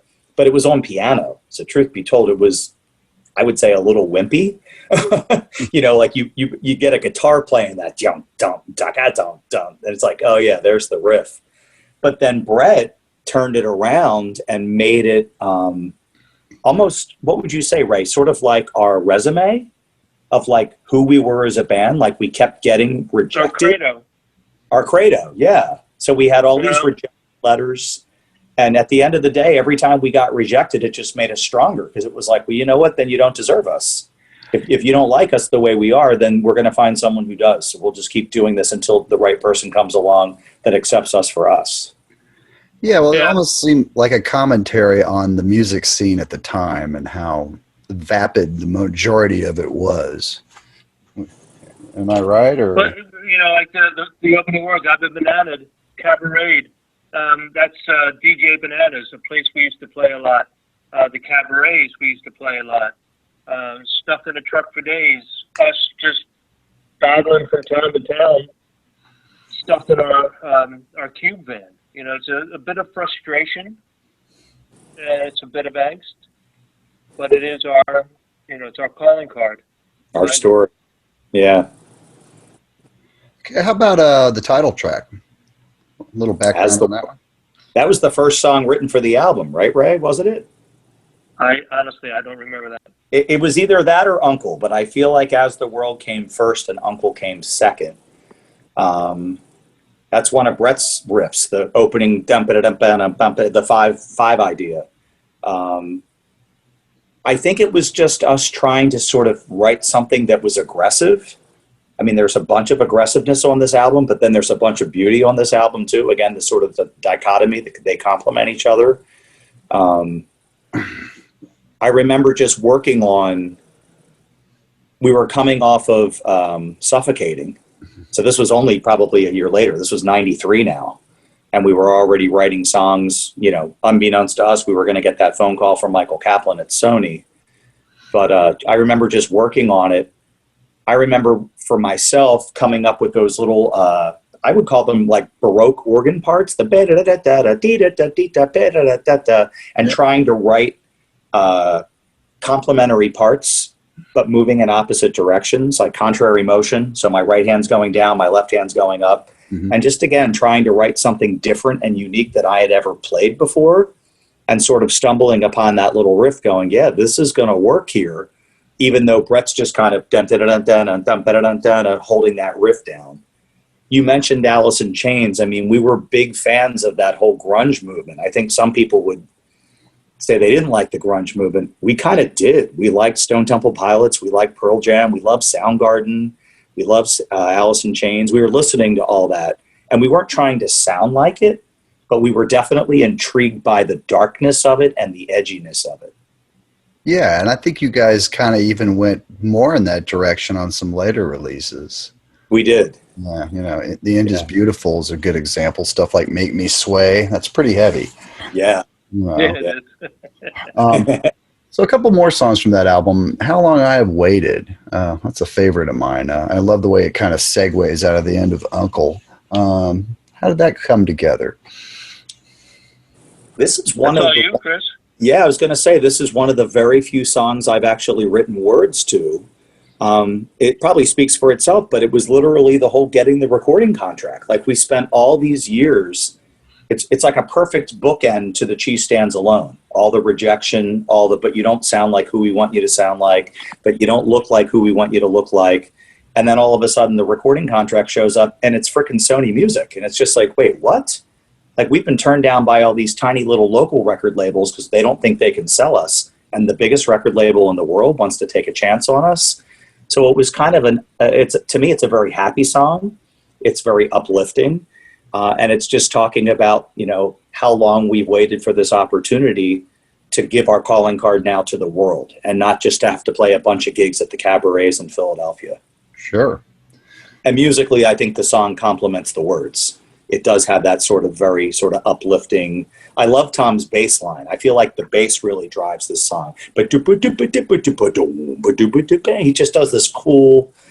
It just kind of makes it's happy. You put that song on and you just instantly start grooving your head and your feet. I like driving down the road with that song. You know, cruise control, windows down, highway. Sure. How about Best Regards? Is that a Brett tune? That's a Brett tune. Ray, do you want to talk about that one? I do believe the words were written loosely taken from Brett's brother Greg, who had wrote a letter to himself that he was going to open up in a time capsule years, Yep, that's exactly true. Writing a letter to your future self. Huh, that's a great idea. And then 30 years later, opening it and reading it and saying, did I do all the things I said I would or thought I would do? Or did life get in the way? Or did circumstances force me to do things differently? Sure. Well, that's an interesting angle to work from. That was my favorite piano part on that album because I was trying to conjure up George Gershwin in the piano solo. I had just discovered Gershwin sort of heavily the year before at school in college, and I was thinking, you know what, how cool would it be to write a Gershwin-esque part in a rock tune? I don't know if I achieved it or not, but I still like thinking back that I at least gave it a good shot. Thinking about it, I'd say you were in the ballpark. Yeah. Cool, thanks. I really thought of it that way. Now, Letters, that's a 3-part kind of little epic, would you say? Or do you consider each one of those pieces kind of standalone? No, they definitely were meant to be together. I mean, it's sort of like a storyline. Mm-hmm. With Prose was first, right, which literally is just sort of the opening poetic piece. Then what comes after Prose? I'm blanking. Short essay. Oh, yes. I've been given a chance. Yeah. To put my hand in my head. Oh. To the gutter. Hey, with the coin and throw it to the gutter. Yeah. Ray, talk about that one. Yeah, tell us about that. I didn't write any of that. Yeah, but you sing the hell out of it. Yeah. What's that? You sing the hell out of it. I sing the hell out of it, but that's all Brett. Okay. Well, that's a cool one. I remember you guys broke that out when you did Near Fest last time, and I think that was my favorite song of the set. Nice. You know, when you sing The Mail Was Late Again Today, man, that just gets me. Oh, that's Entry. Oh, yeah. That's Entry. Okay, I'm sorry. Yeah, okay, yeah. There's 4 parts. I'm sorry. Gee, yeah, that's okay. Yeah, I have to be reminded too. I don't have it all memorized. Yeah, man. Entry is right before One for the Show. Ray, talk about Entry, because I wrote the music to Entry, but I remember Ray then ran with the words. Ray, this ties a lot to what you're doing with your life now. It's written about my Uncle Joe. My mother had taken care of him for a little while, towards the end of his life, and then they put him in a nursing home. And that was my first exposure to, a relative being in a nursing home. And I was just kind of giving what I thought would be his day. Turns out now that's what I do now for a living. I'm working with dementia patients. So it's come around full circle that way for me. But Entry, I think that was, what is it? Something 1193? The actual date on it? Yeah, 11/19/93. Yep, good memory. I think that's the day that I wrote the song. And that would be marking a day in my Uncle Joe's life. The journal entry, yep. Yeah. Very interesting. Okay. And how about Never the Same? This version is really different from the ones on Stars and Gardens. And I actually heard the one on Stars and Gardens first. And there's something about the stark approach of that really emotionally grabs me. And then I heard the original. I guess I heard the original, but it didn't really register. And hearing it now, it seems so, I don't know, slightly overblown in comparison.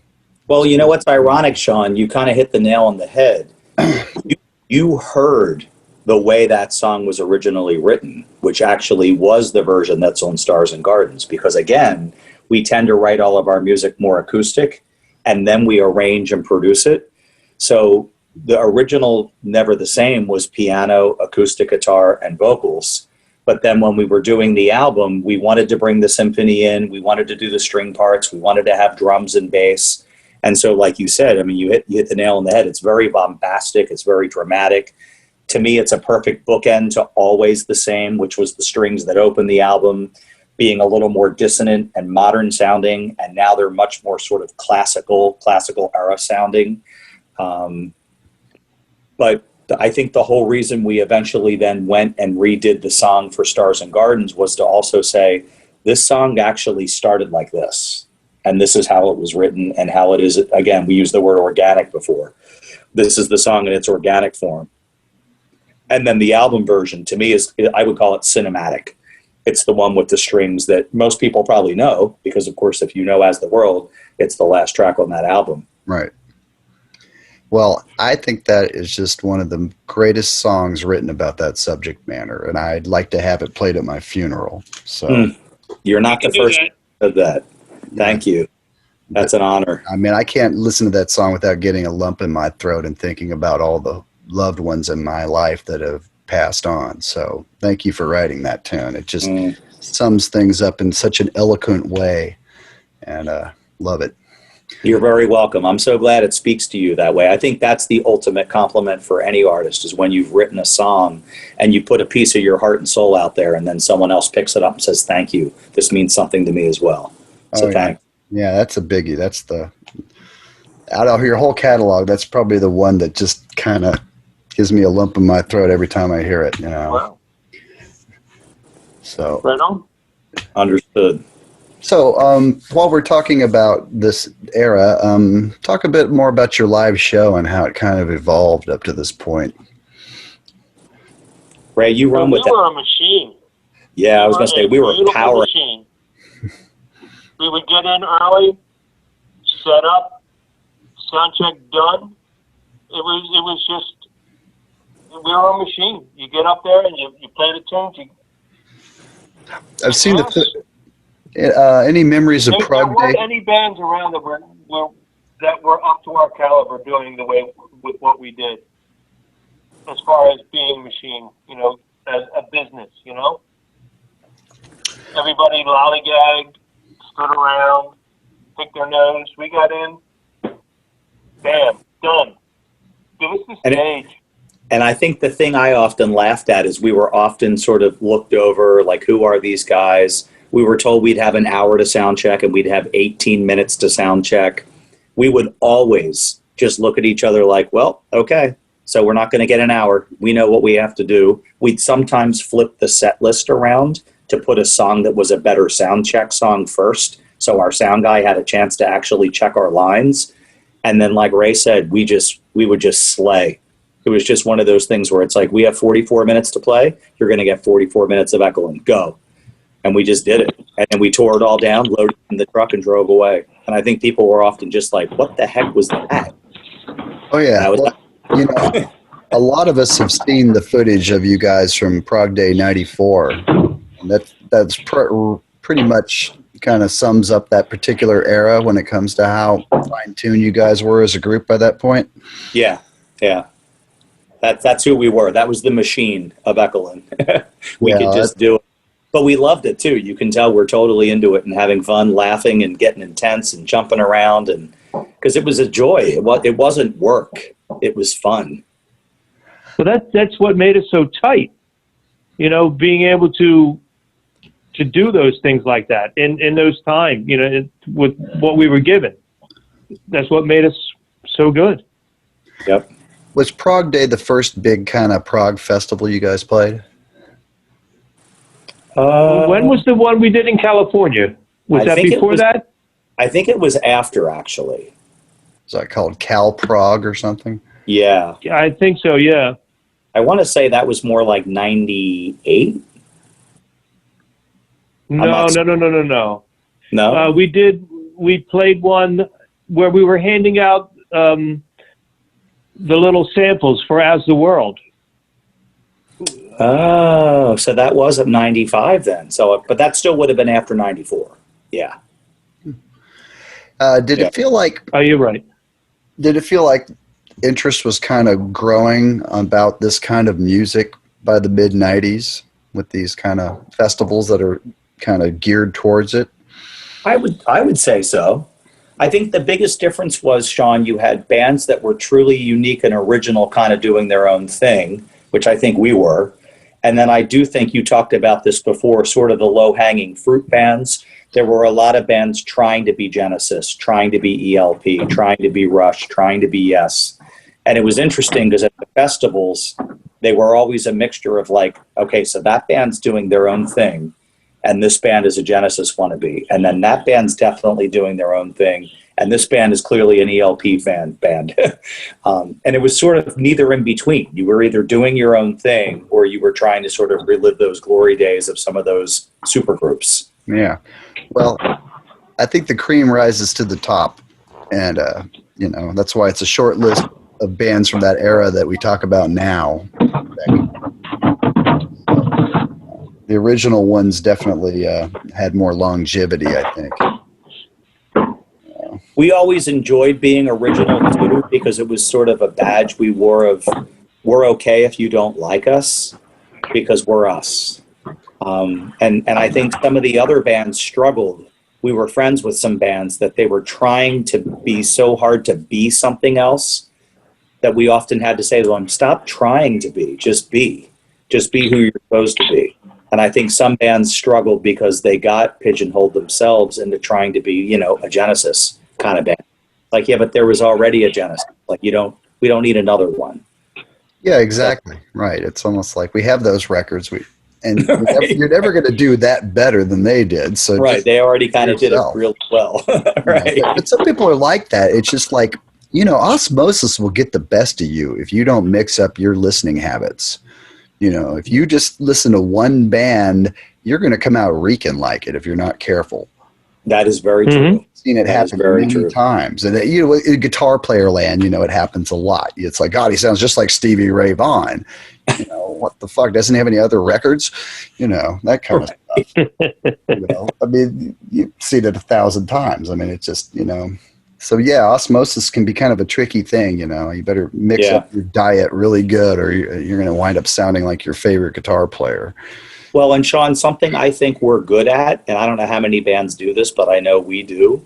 If one of us brings an idea to the group and it sounds reminiscent of something else, or it sounds like we are listening to too much of whatever, Jellyfish, Alice in Chains, we'll call each other out on it. Like, you know what? That's just too derivative. Like, that just sounds too much like, and sometimes it even means putting a song on, saying, well, it reminds me of this. And I know over the years, there's been times where we've kind of caught ourselves like, yeah, you know what? That's already been done. We don't need to try and do that again. And so that either means the idea gets shelved or it means the idea gets ripped apart and rewritten in a way that it's now Echolyn, and it's not Echolyn, comping a Jellyfish vibe or comping a Jeff Buckley vibe or comping a Beatles vibe. Even those, of course, sometimes those things are going to be evident because, of course, we all have influences. Sure. Absolutely. And tell us a bit about the album cover for As the World. I think you guys carved all these yourselves, all the apples? Yeah, they're apple heads. Yeah. What was the I missed that day. I missed that day. I think I may have been at work or something happened. I missed carving an apple. Yeah. I'm trying to. I think you were there, though. I was there, and I remember, I feel like we shrunk them. Was it in a bread maker, maybe? I think Brett's mom had a bread maker, and in order to suck all the water out of them, Greg had this idea of, we'll carve an apple for each person's head in the band, and then we'll shrink them down and put them in this bread maker. It's not the prettiest of album covers, but I don't know. It kind of works. I think Sony didn't know what the heck to think. We sent it to them, and I think they were just like, huh? What is this? This is the album cover. They wanted the guy that did a couple of Jeff Beck albums to do the album cover. Yes. And we didn't like his, I think he did approach. Guitar Garage Guitar Shop. And then he did Guitar Shop, and then he did there's a 90s band. Crap. Blind Melon. It had a bunch of candy corn on the album. And we're like, no, thank you. And then Greg, actually, Brett's brother Greg, And I'm sure Brett and you guys thought of this idea, and there you have it. You know, Who's the guy with on the left with the hat or the hair? I'm going to say that I think Paul did that one. That's Paul, That's probably Paul. I think That's it's his Paul hair. and Brett. I feel like I'm the top right. Ray, are you You're the guy on top? Yeah, top right. I don't know. I'll be the ugly guy on the last. I'll take that guy. I don't know, because I wasn't there. Yeah. So it might be like Paul from left to right, Paul, Brett, Tom, Ray, and then me above. And didn't Paul's father carve one of those apples? Yes, he did. I forgot about Maybe that's Paul's dad that carved the big-headed apple. That might be. Because there's a picture of his hands on the artwork. That's a really good I do believe. Yeah, I forgot about that. Very interesting. Okay. Well, I got to say, this is one of the greatest albums of the 90s. I don't care what genre you want to call it, but progressive rock-wise, absolutely. And Thank you. Thank you, sir. yeah, man. I mean, Thank you very much. It just, every time you go back to it, it offers something new, even after listening to it for 20 years. So thank you.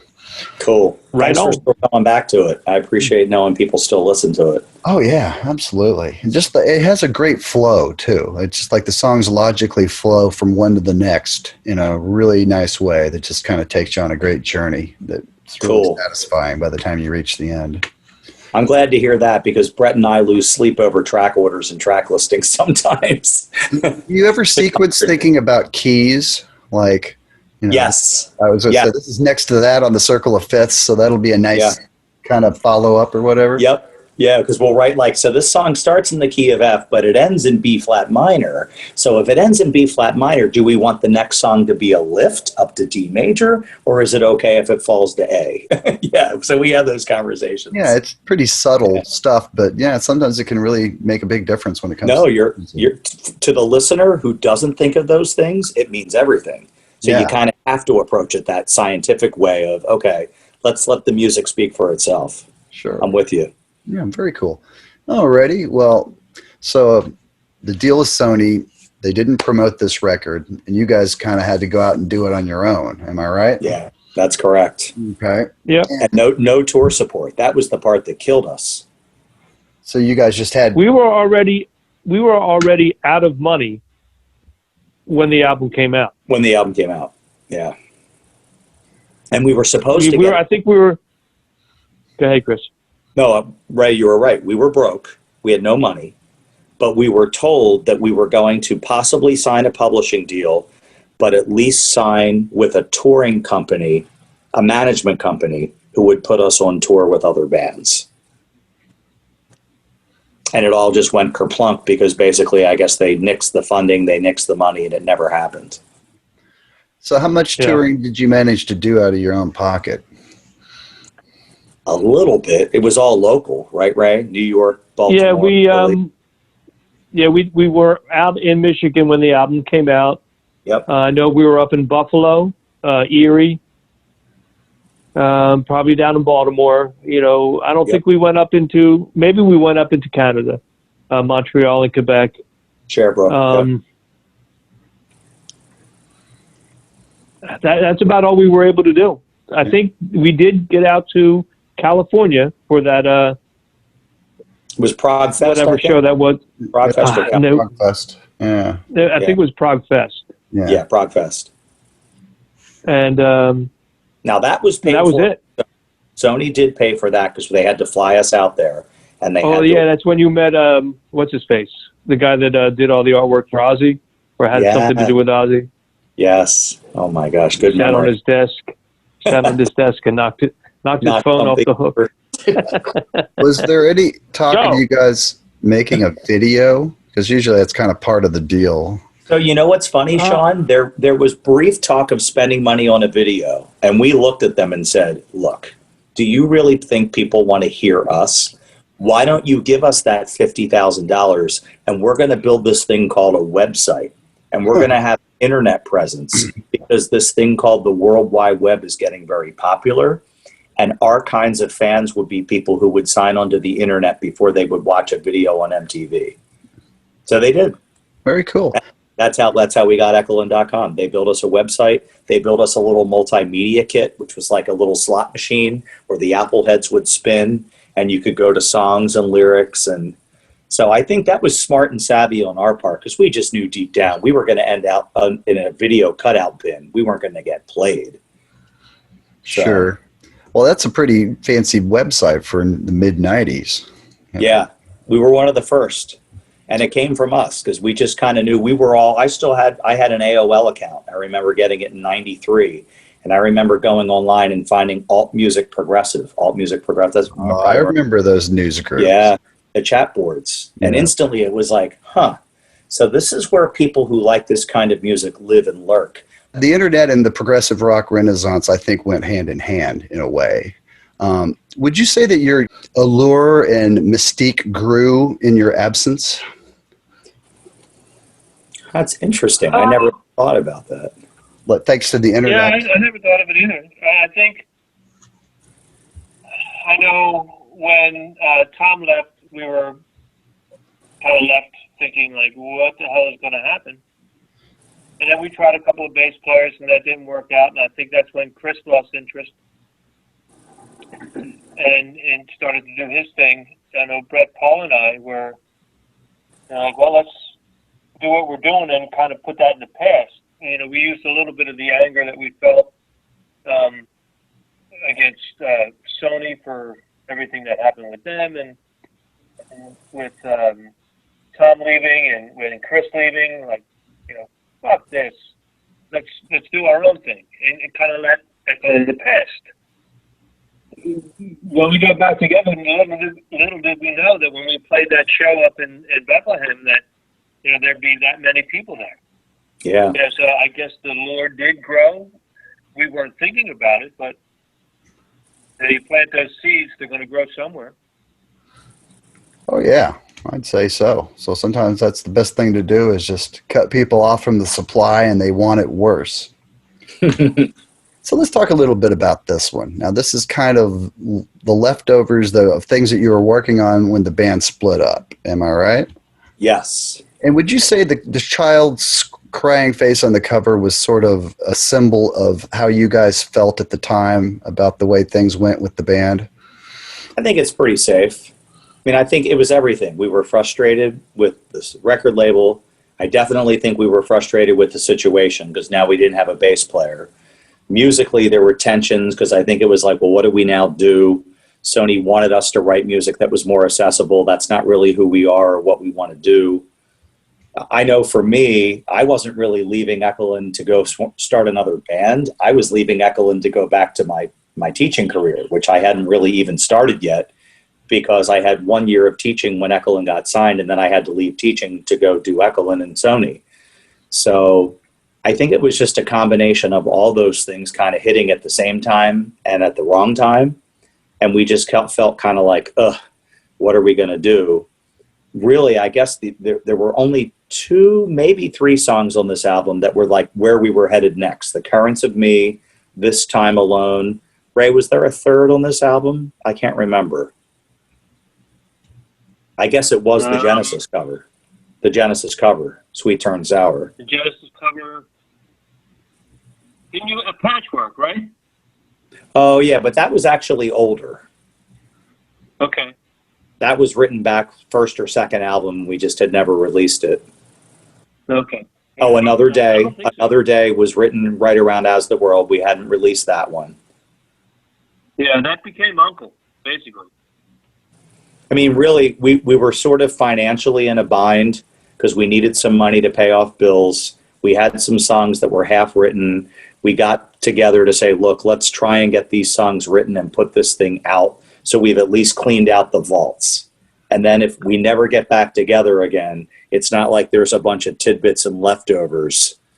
And so that's what we did. We just sort of like buckled down and said, okay, we're not really a band anymore, but we want to get this album out, so let's do this. What about the other one was 100 Diversions? 100 Diversions. Thank you. That's the other one. Yes. Yeah. And here's the thing. When I go back to this album, I listen to 100 Diversions, This Time Alone, and Currents of Me. Those 3 songs are where we were going next. And I get sad because I'm kind of curious what we would have done with those 3 and maybe 6 or 7 more. I think it would have been a killer album. And I mean, too much time passed between the end of the band and the reunification. So Yes. it wasn't like you're going to pick up those directions and carry them forward at that point because too much time had passed anyway. Correct. It was time to just start fresh. Well, I really like this particular album. I think these batch of tunes actually hangs together pretty well. Cool. Thank you. It's a good compliment to As the World, like almost like a part 2 or a part 1.5, something. Yeah. Little post log or postscript.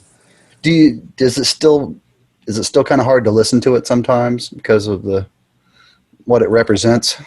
It's not for me. For me, I think No. production quality is, it's hard to listen to. That's about it, really. It's a little bittersweet with the Genesis cover because we were asked to put this on an album. I forget which one it was for, Chris, but Sony wouldn't let us do it. Right. It was actually a Genesis cover album that came out, and we were supposed to be part of it. I think it was on Magna Carta, the Magna Carta label. Yeah. I don't remember. Sony nixed it. They didn't want us to be a part of it. And we were like, why? Like, we'll record it. We'll put the song together. All you have to do is give us permission. But we had to have their permission because we were a Sony recording artist. And they said no. Okay. Weird. Yeah. Well, it's a really great cover. How did you guys land on that one? It's interesting to hear somebody cover something from that very first Genesis album because that one's not really on a lot of people's radar. It's kind of a weird collection of songs that aren't quite like what they became on the next record. So I was just kind of curious how you guys wound up picking that one. I think it's one of the better songs from that record, honestly. Yeah. I my gut says, Ray, correct me if I'm wrong. I think Brett was just going back through the catalog and saying, look, so many of these songs can't really be bettered. But if we go to the first album, we could make this one better. We could give it our own spin, our own Echolyn thing. I actually think we did a better job with the tune than Genesis did. I went back and listened to the song, and not to be rude, I wasn't a fan of early Genesis because remember, I didn't get into Genesis till Invisible Touch. So I remember going back to the album thinking, ooh, this is a little wonky and kind of raw and rough. And I like what we did because I think we added a little bit of blues and jazz to it, which I think was kind of cool. Kind of took the song to a new place. Well, it definitely sounds like you guys. I think it may have been, also, Chris, that you kind of knew when you saw who else was going to be on the album, you kind of knew where they were going to gravitate to. And you didn't want to pick a song that someone else had done.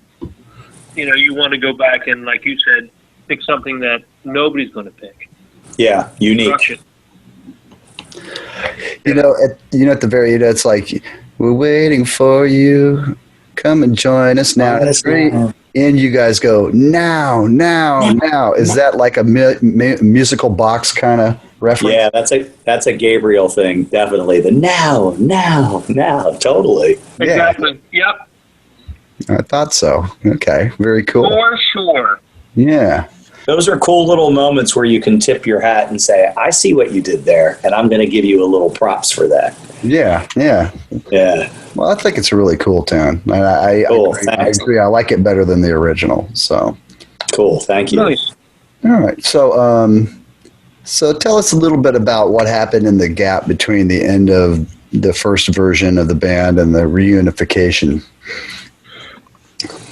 I was supposed to just go back to becoming a mild-mannered school teacher.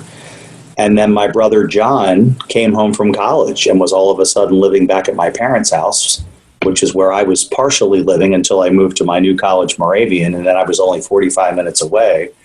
And then once I was out of school and all this kind of fell together, it was like, well, wait a second.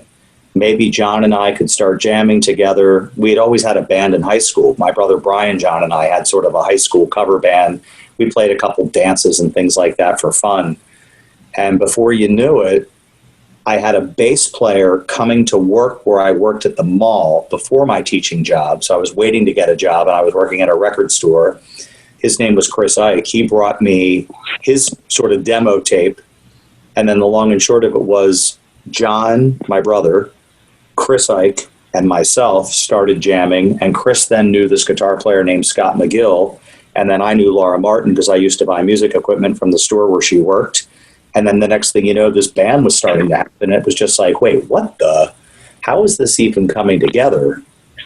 So I did not leave Echolyn to join a new band. I just left Echolyn to become a teacher.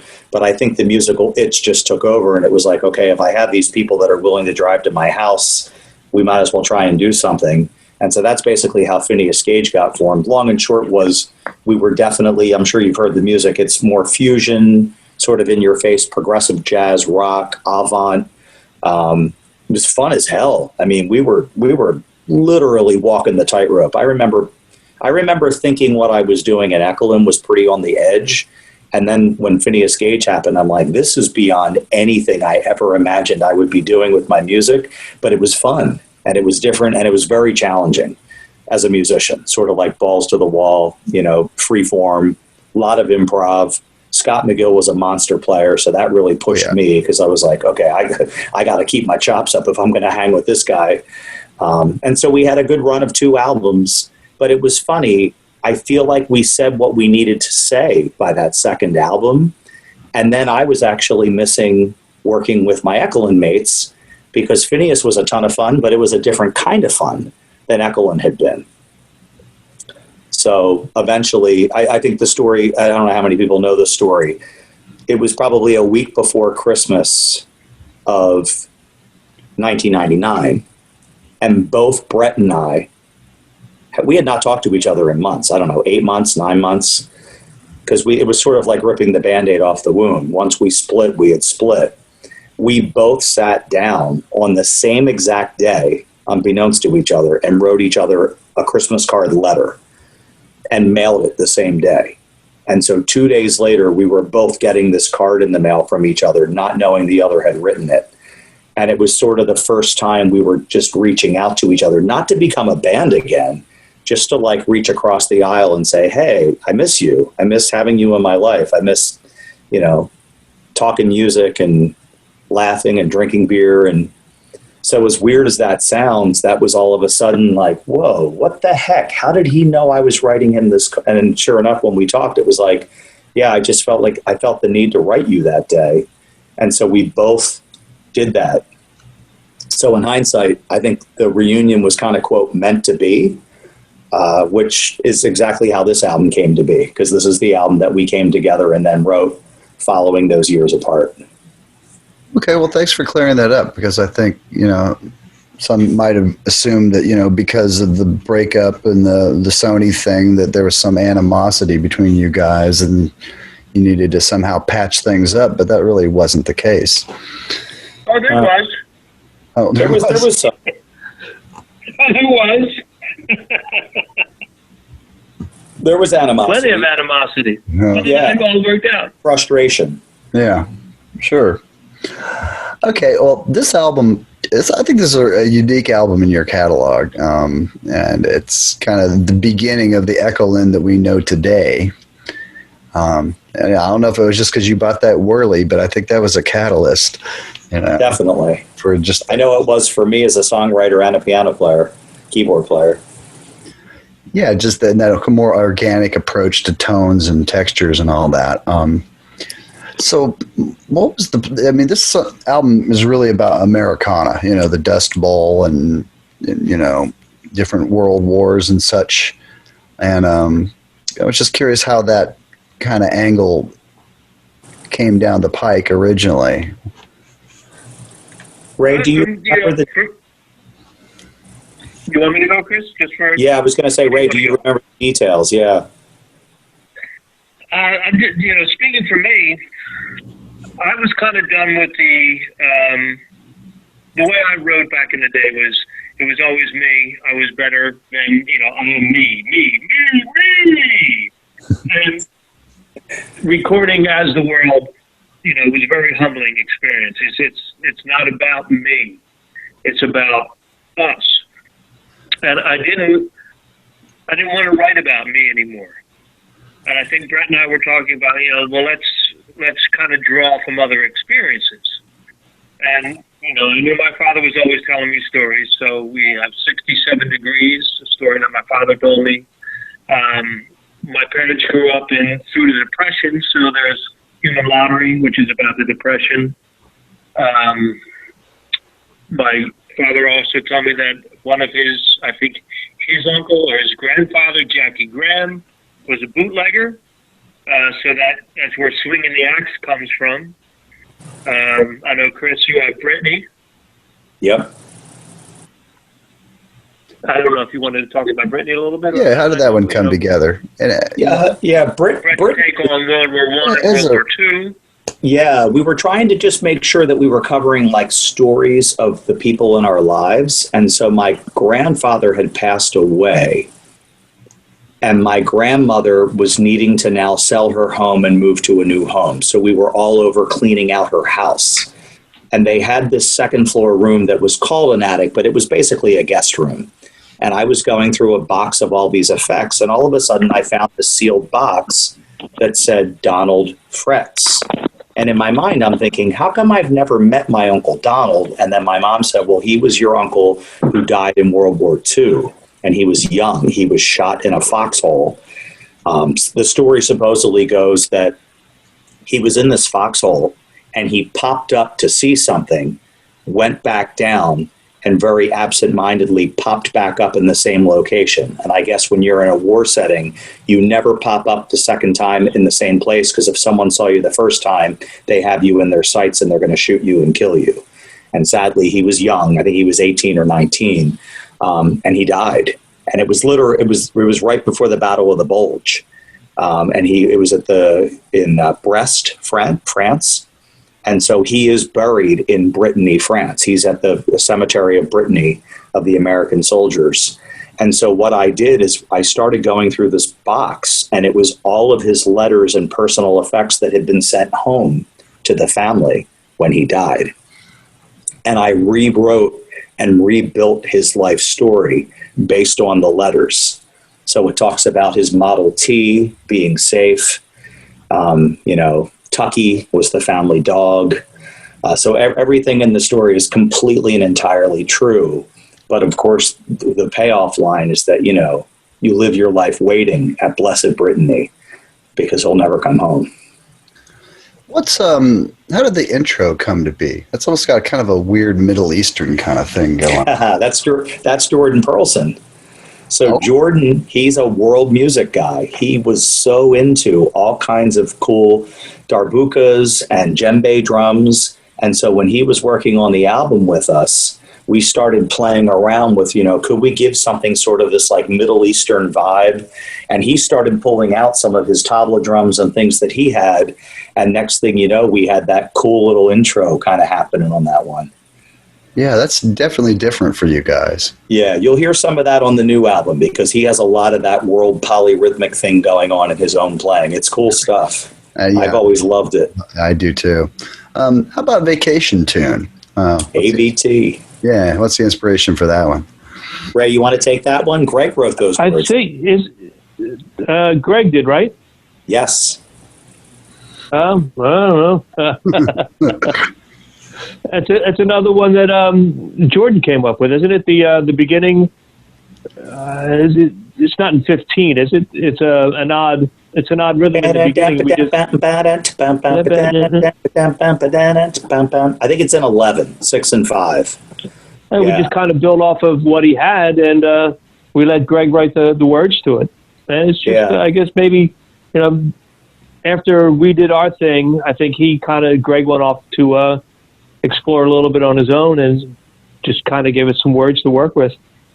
Okay. Well, yeah, that's such a fun, catchy ear nugget on that album. You just it's a good one to crank up when you're on the road. I don't know if anybody's bothered to do that, but it's great for that. I have done it.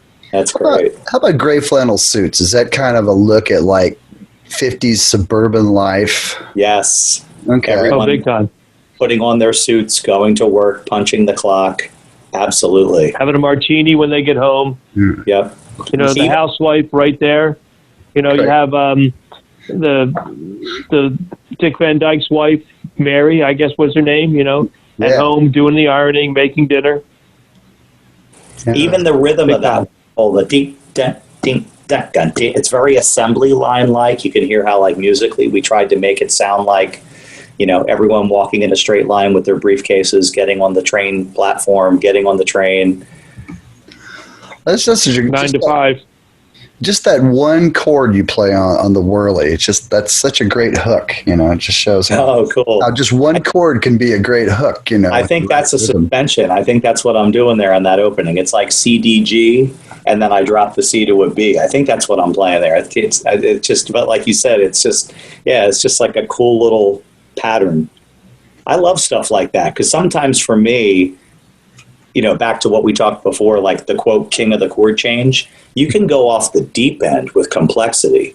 But sometimes the coolest thing to write is something that's so simple. And it's like this beautiful, tasty piece of ear candy that people are like, that's freaking cool. And you're like, yeah, thanks. Yeah, absolutely.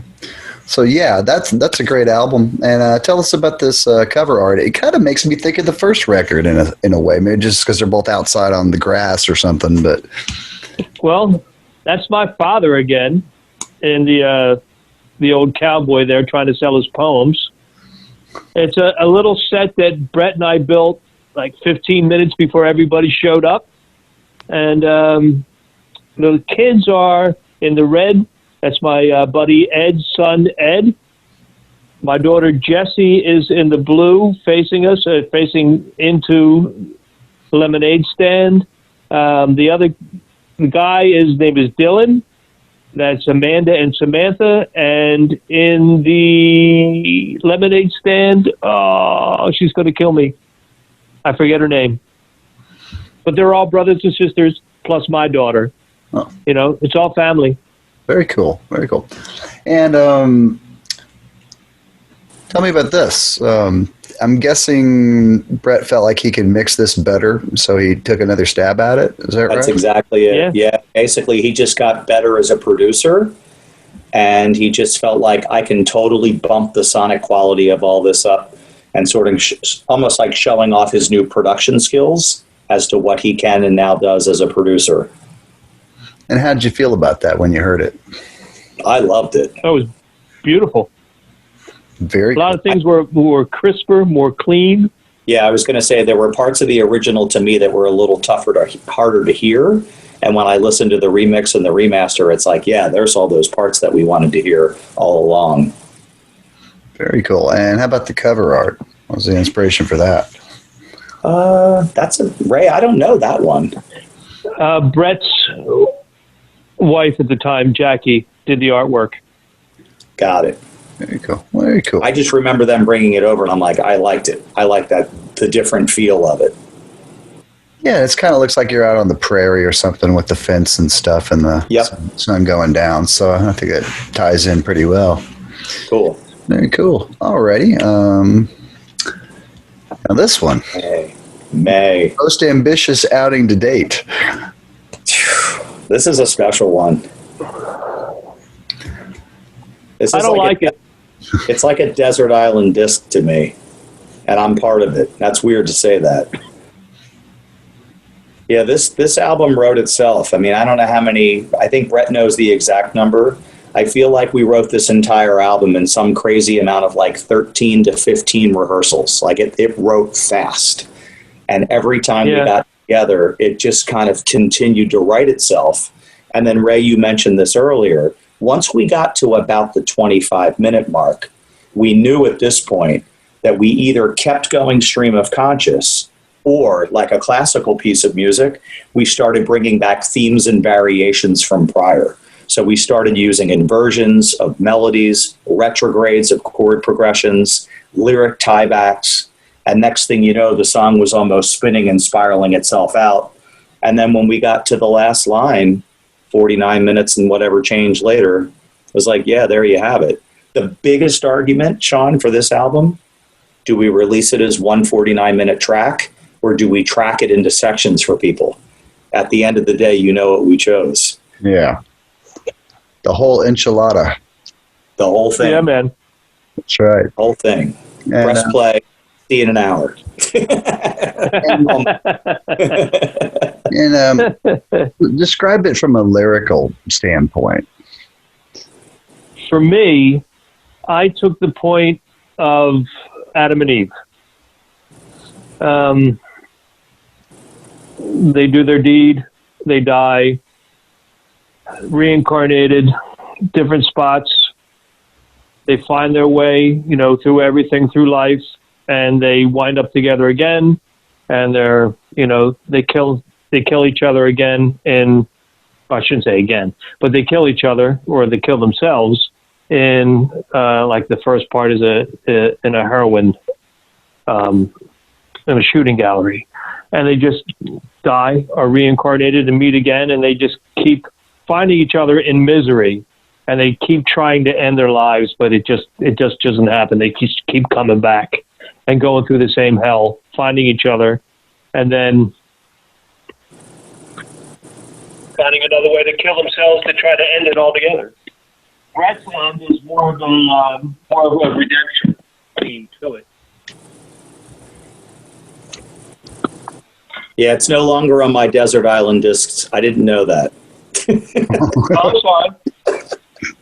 Yeah, that's my take on it. No, it's all good. I always think of it as a redemption song where whatever's going wrong in your life, you can get in your car and just start driving. And sometimes that fixes everything, because just the windows down, the music up, the air in your face, like it's therapy. And it just gives you an opportunity to get away from whatever stupidity or BS is going on. And then by the time you come back home, it's like perspective, it's like, okay, so that sucks, but I'm going to make this work. Or I didn't expect my day to go like that, but you know what? Someone else's day was worse. So, but that's what's cool about lyrics. I think lyrics can be interpreted infinite ways, which I think is what makes music and poetry and art so incredible. Absolutely. Tell us a bit about the cover art. I think that was also Greg. Greg. Yeah. Was it Greg? Yeah. Yeah.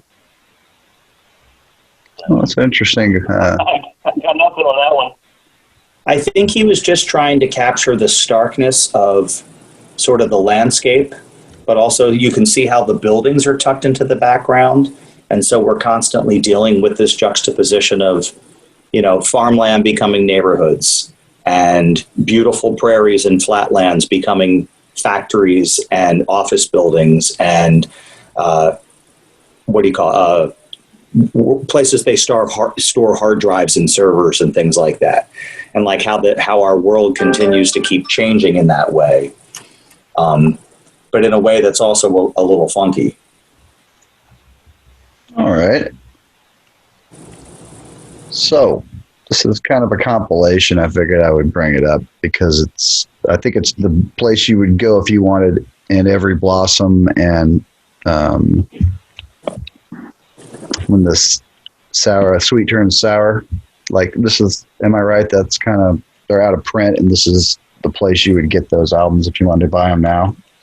Yeah, we wanted to make sure that people could sort of fill in the blanks, and they weren't available anymore.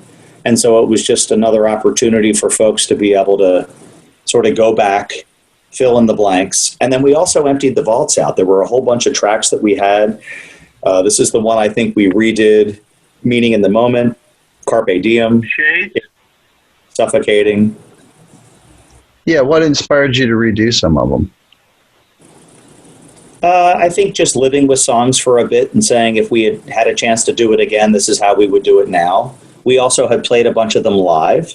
So sometimes the live setting, Sean, as a musician, it's like what I wrote in the studio sounds one way, but now I'm playing this out live and it's actually better this way. And so I want to now have a chance to, play it differently or take a different approach than I did when I first wrote the song or first recorded the song. Oh, yeah, absolutely. I think songs kind of take on a life of their own once you play them 10 or 15 times, and you're like, there's times when you do that, you have the luxury of doing that, and then later you record it and you're like, I'm so glad I waited. But, other times it's the other way around, and you finally put the rubber to the road, and it's like, wow, okay. I wouldn't have thought to do this originally, but it's getting better, and I liked it in the first place. Yeah, you're absolutely right. Well, and you can sometimes fall in love with a song a second time that way too, then. Instead of it being old and trite and I'm tired of playing it this way, or I'm tired of playing it in general, you can sort of re-find a way to like, you know what, I love this song again now. Was there ever a tune you guys played so much you're just kind of like, here we go again? What do you think, I don't Ray? think so. Not for me, at least. No, I feel the same way. I think we always would catch ourselves if that was about to happen. There's And, a ton that we'd like to play that we never really got a chance to yet, but as far as overplaying something, I don't think we'd go back and play anything off the first album anymore. No, maybe Shades. You know? And Maybe. Or maybe we work it into a medley of songs. So play like 3 or 4 minutes of Shades tied to something else. Possibly. Yeah. What's a tune you'd I love? don't think we would do anything off of Suffocating. And I like you were talking about earlier, Memoirs. Memoirs would be nice to maybe try. Yeah. I always liked Oxymoron. Say that again? Mr. Oxymoron. I always liked that one. Yeah. But nothing ever overplayed. No. So do you guys see yourselves playing live again sometime? I do. Yeah. I would love to. I feel like the whole world had the rug pulled out from under them with this pandemic. And I know we were so excited because I was literally up in Philly at Brett's house recording piano parts for this album on March 7th. And it was one of those things where the plan was we're going to get together in another couple weeks, and then we'll get together in another couple weeks and we'll start working on vocals. And we had talked about possibly putting this album out by summer. And now here we sit, it's almost November, and it's like, yeah. And we can't complain. There are people dealing with way worse. There's people who have lost loved ones and family members and friends. So the perspective of it is the whole world struggling with this. But I think once we get another album done, that will be a perfect time to say, okay, how do we do this live thing? How do we put together either a handful of shows, maybe a couple festivals, especially for fans who have never seen us live or who maybe saw us live once or twice and have now been sitting and waiting all these years to say, hey, I really want to see you guys live. Sure. Well, I imagine it'll happen. We just got to I hope so. think positive, and Yeah. put that out there in the universe. Yeah. Fingers crossed. So I thought we'd come up for air for half a second here. I realize it's 12:43 already. It's like once you get started rolling, it just flies by around here, It's It's good. It's all good. I love that there's still some people tuned in and listening. Thank you for and I think they'll, this will be worth watching later. I'll put it on YouTube and send you a link. If you could share that, that'd be great.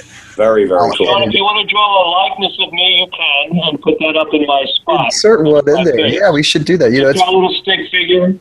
It's funny. I did one with Trey Gunn a few weeks ago from King Crimson, and he does judo or some martial arts, and he pulled his back out, and he's like, I don't really want to do the camera tonight. I'm just going to lay on the couch. And he had a picture of him in a blonde wig. Just stayed there the whole time. That's excellent. It was pretty funny, actually. Yeah. And every now and then you're like, I'm talking to a man in a blonde wig. Exactly. Yeah. When I put it on YouTube, I used my usual picture of the logo and a decent picture of him. So it's gone to miss the time. But if you watch it on my page here at YouTube, you can. And I should remind everybody, if you haven't subscribed, drop by YouTube. It's /Soul Night Live, SOAL Night Live. And we have all the episodes that have already happened, about 40 of them at this point. And, it's a mixture of classic rock and prog rock and interesting people. I even talked to Cousin Oliver from the Brady Bunch. You remember Robbie? Oh my gosh, yes. Yeah, he's like a friend of mine on here, and he's a musician and he's a voiceover actor. And I just thought, that's a pretty interesting story. That's very cool. I remember I used to love that show. The Brady Bunch was one of my staples. Yeah, well, he was the only one that was kind of my age, and I thought, I'd like to be friends with him. He's cool, And that's very cool. Years later, it happened, so it's wild. So, okay, well, let's dig back in here. Maybe I won't ask quite as many questions because I know it's getting kind of late. But let's go ahead and wrap up the rest of the discography. This is really cool. Coming into the home stretch now. Yeah, I'd say so. Let's see here. Slideshow. Alrighty. There she is. I really dig this album, you know. That's funny you said that. It's one of my favorites too. The title track, I think, is one of y'all's best. And it's just got great mood to it, you know. It's hard to put into words. I love the slide that Brett does on it and stuff, too. It's just very, very moody. We kind of hit our stride with this album. I feel like when we were writing this one, it reminds me of writing As the World. Like everything just kind of clicked. This one definitely has a bit of an edge to it, a harder edge. Yeah. But I think it also, I think it's very strong melodically. I know I can speak for myself. Brett has always been a great melody writer, and I've been more of a chord guy. But this is one of those first albums for me where I started saying, what can I honestly bring to the group in terms of melodies? Not necessarily singing or vocal melodies, but like keyboard parts that are more melodic, parts that complement the vocals, parts that are counterpoint to the vocals, that are still great on their own, but are pushing or supporting the melody. And there's a lot of stuff on this album that I'm very proud to go back and listen to, and I'm like, this album kicks ass. Yeah, it really does. You know, there's so many good ones. I can't, you know, besides the title track, Georgia Pine's just a real ass kicker right out of the gate. You know, I thought that was a great opener. It's like a sucker punch. I'm going to get you. You're not looking. Bam. Yeah, and I think Make Me Sway is right after that, and that's just it's almost kind of grungy in a way, you know. Yeah. But more modern. Yeah, we're definitely wearing our grunge fanboy stuff on our sleeve a little bit with this album, but like you said, it is more modern. It's like grunge with an adult twist. It's not grunge to be like teenage angst. It's grunge like adult. You know, you can get pissed off at stuff in your life, and it's okay, because that's called being an adult, and then you work through it. Yeah, definitely. And Ray, where were you coming from lyrically on this one? For the end is beautiful? Yeah. Because that would, or not that track, but just kind of this album in general. What was your headspace when you were writing lyrics for this batch of songs? I'm all over the place on this one. Memories, or Misery Not Memory. It's just about a bunch of one-offs that I did that I'm lucky that I'm alive. The End is Beautiful. That's me breaking up with a girlfriend. I know once I was finished with her, the end would be beautiful, and that's what all I needed to do was get away from her, and it worked out.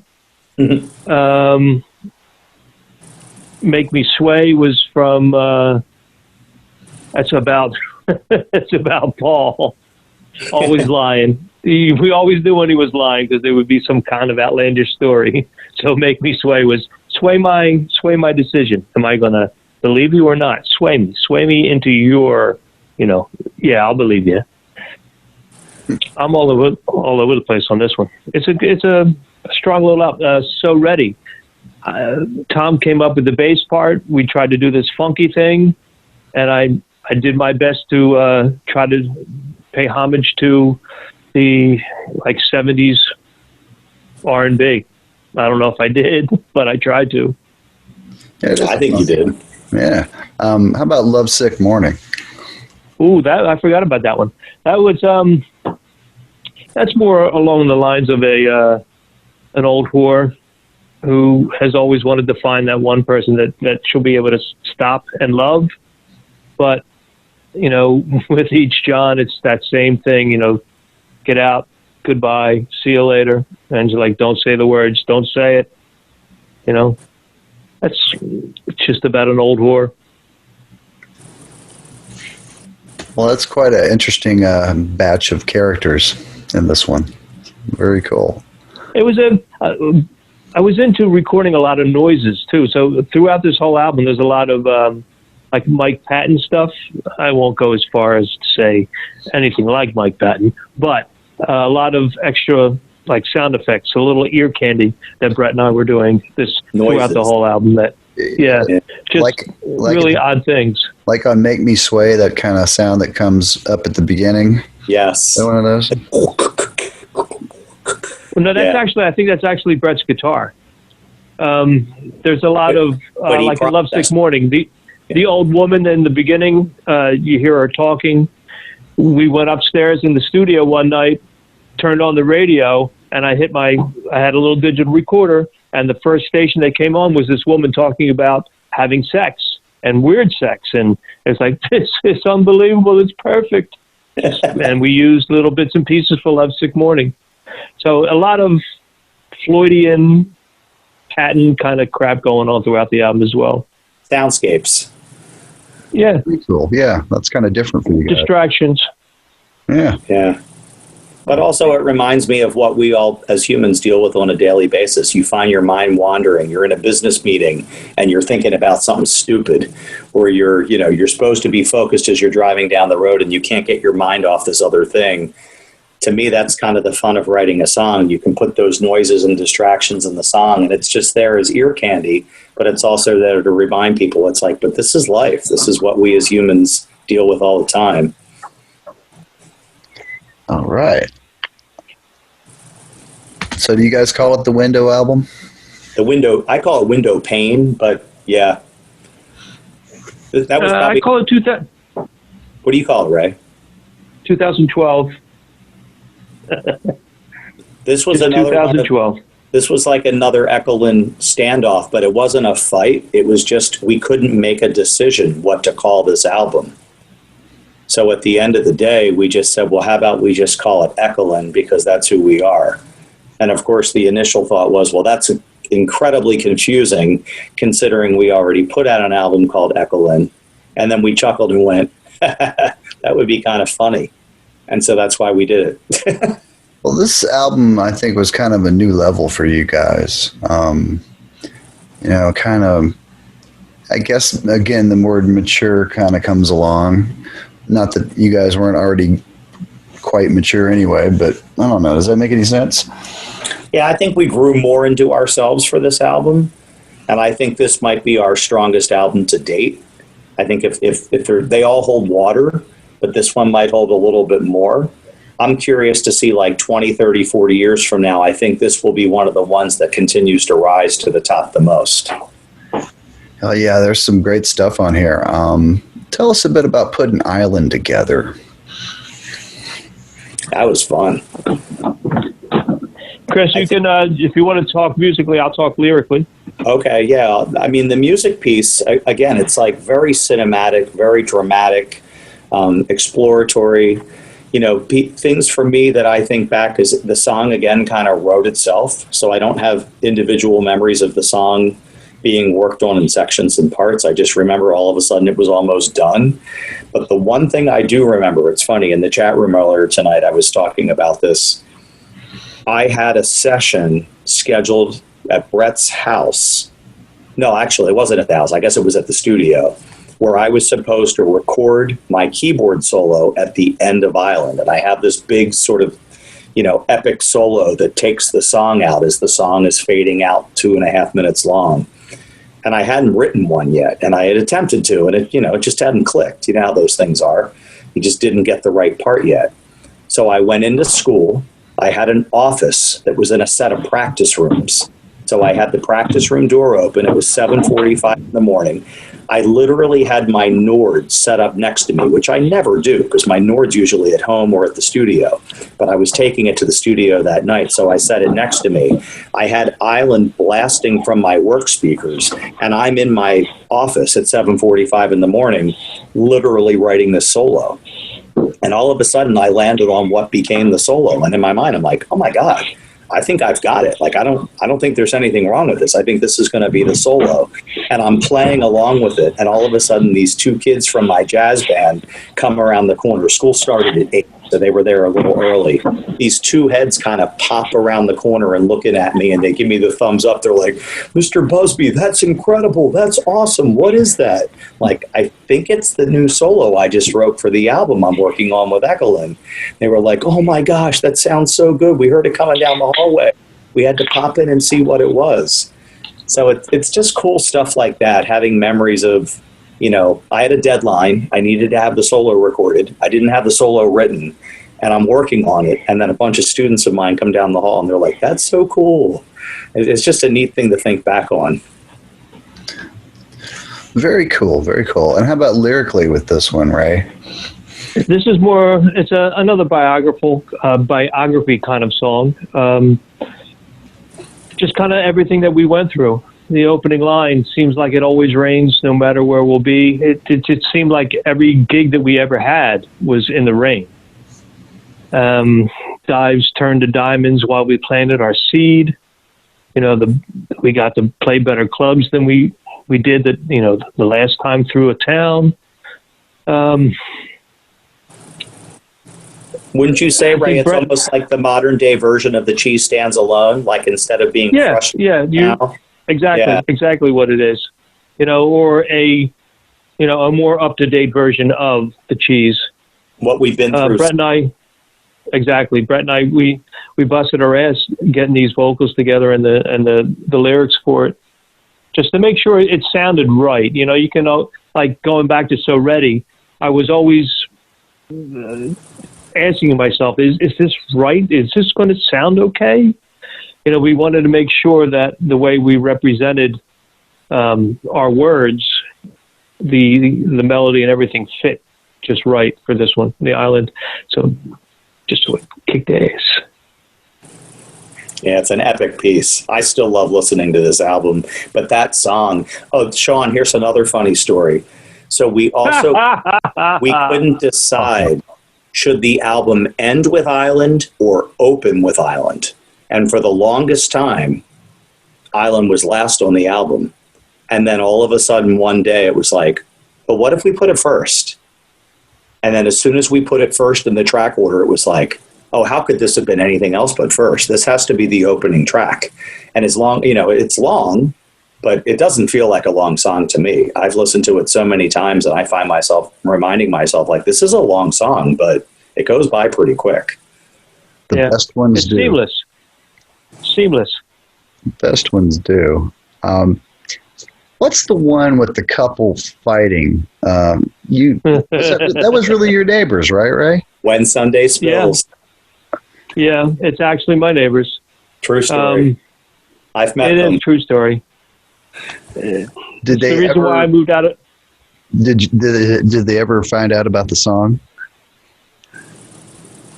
Hopefully nobody is watching or listening to this tonight. So no, they have not. They have not. Yeah, man. What an ugly sight. What an ugly sight. I think the song speaks for itself. It was just where the title comes from, When Sunday Spills. It seemed like every Sunday I'd be sitting there drinking a cup of coffee watching Sports Center, and for some reason the wife would wind up out on the front pavement screaming at her husband. And it's like, I'm just trying to, what is... It was just a volatile situation. And once the kids moved out, he started to divert his anger towards my family. And, it came to a point where we needed to move. So we moved out of Norristown. And that song it's just a tribute to the violence in that neighborhood. It's horrible. And yet it's a beautiful song. I think that's what makes that song so powerful. It's this beautiful soundtrack of music coupled with these words that are real. If you had, I brought the skeleton of the song to the guys, and what did I call? I called it "Waiting for the Shot," because that's how the chorus goes. Because basically, a lot of nights when it was silent after you heard something, the scream, and you heard something break against the wall, there's that little bit of dead air where you're kind of waiting for that next thing. And then I was always waiting for a gun to go off, but it never happened. But the skeleton, I brought to these guys, and what they did to it is phenomenal. Stretching, pulling, adding some skin to it. It's a beautiful, beautiful tribute. It reminds me, Ray, on our new album, the one called Amityville, you had that great Yeah, and how Ray brings these awesome little nuggets of songs to us, and they're beautiful. And then we basically orchestrate them with our parts. Like, okay, so this is what Ray's doing. I don't want to mess that up or get in the way of that, but I want to complement it. I want to raise that up. I want to play this part here or feed into his vocal with this line. Yeah, Sunday Spills is a great example of that. I think it was in the process of writing this album where I was able to bring to the table a couple of the things that I had that I felt were good enough that we could do. And they turned out to be a couple of really cool songs. Yeah, I agree. What's the Kansas connection in the lyric? Dorothy. Yeah, the storm or tornado, you know. A metaphor. There's no place like home. Yeah. Okay. It's that I would imagine. I've never been in the midst of a tornado, but just that little bit of like I said, between what's being smashed against the wall and that next response, that little bit of quiet, that Kansas quiet waiting for that next part of the storm to happen. I guess you can, say that's what that's about. Yeah, it's a great metaphor. Waiting for that metaphorical tornado to blow in. Yeah. Waiting for the wife to grow some balls to kill the husband. Did I say that out loud? It's after midnight. It's cool. This is late night. Yeah. Excellent. We're in the rated R portion of this interview. Some memorial. Is that kind of a true story about somebody dying in a lake and then them plowing it over? Yeah. Yep. Yes, it is. Where I grew up in Ambler, a friend of my father's, his name was Charlie Carell, was driving on Highland Avenue, and there used to be a little reservoir there that, we used to fish in, and it was winter.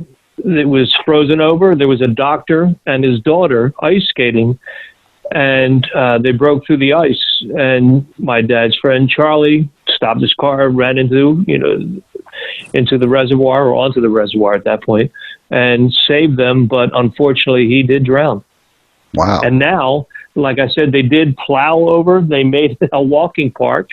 And that's where, now it's, I busted on housewives, walking around the park.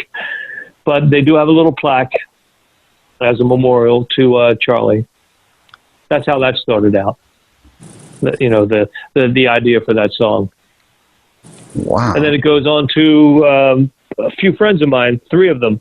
They're all in the same cemetery in Cheltenham, Pennsylvania. And, going to see them, and basically the same thing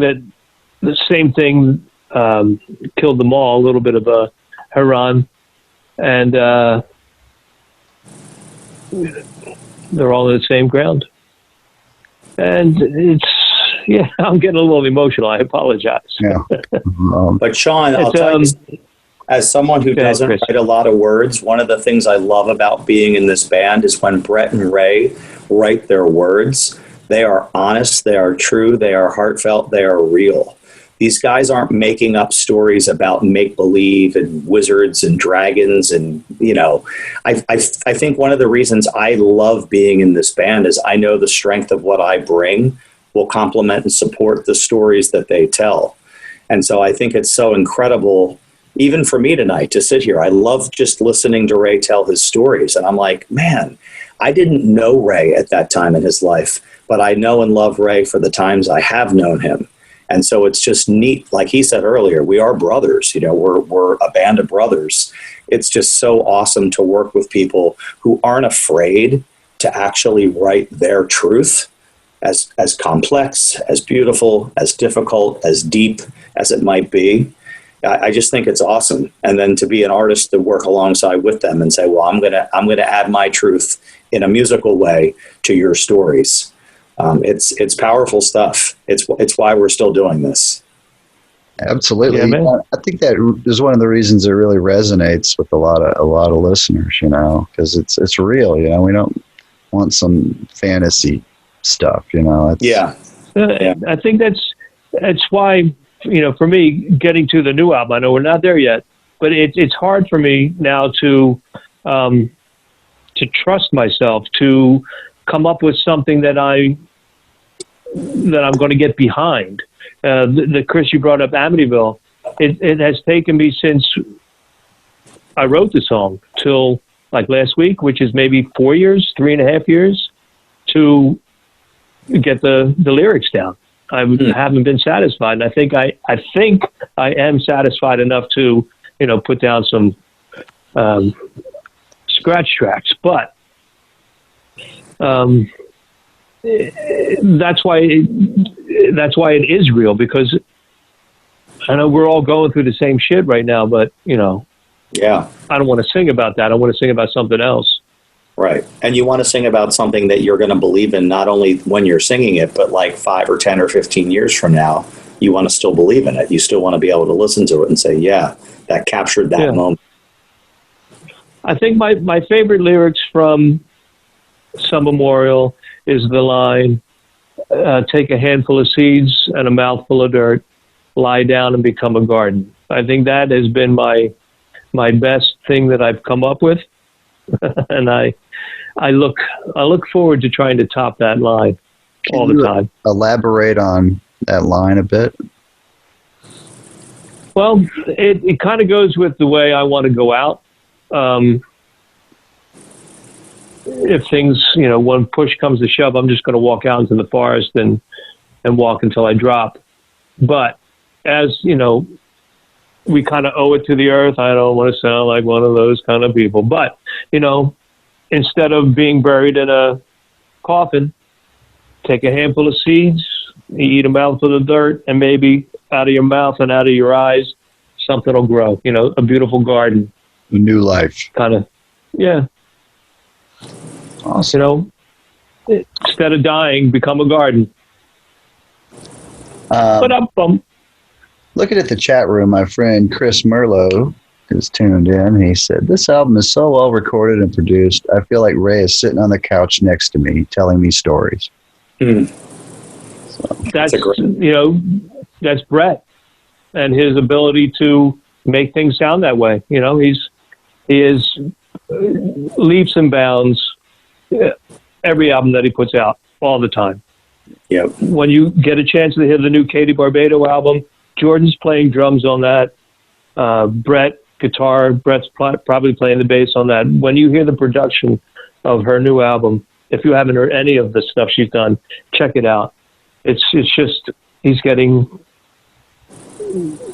unbelievable. Better and better. Unbelievable. Yeah, he understands space. And I think the thing I've learned from Brett, he also understands the importance of silence. And so he just knows, like, when something's not right, it's often because there might be too much going on, or it's just not EQ'd right, or it's not, the phase is out, or it's not in the mix right. And you just learn to trust him because he trusts himself. He'll push himself to the nth to make sure something sounds. I can hear that. If there's an evolution in your sound, it's like having more space in it as time's gone by, I think. Yeah. And we've learned that as songwriters. I mean, that's something I mentioned in my 20s. I wanted to write every chord and fill every space and write every note, and everything had to be tricky and fun and exploratory and different. And then you learn to go, well, I don't have to do that in every song every minute.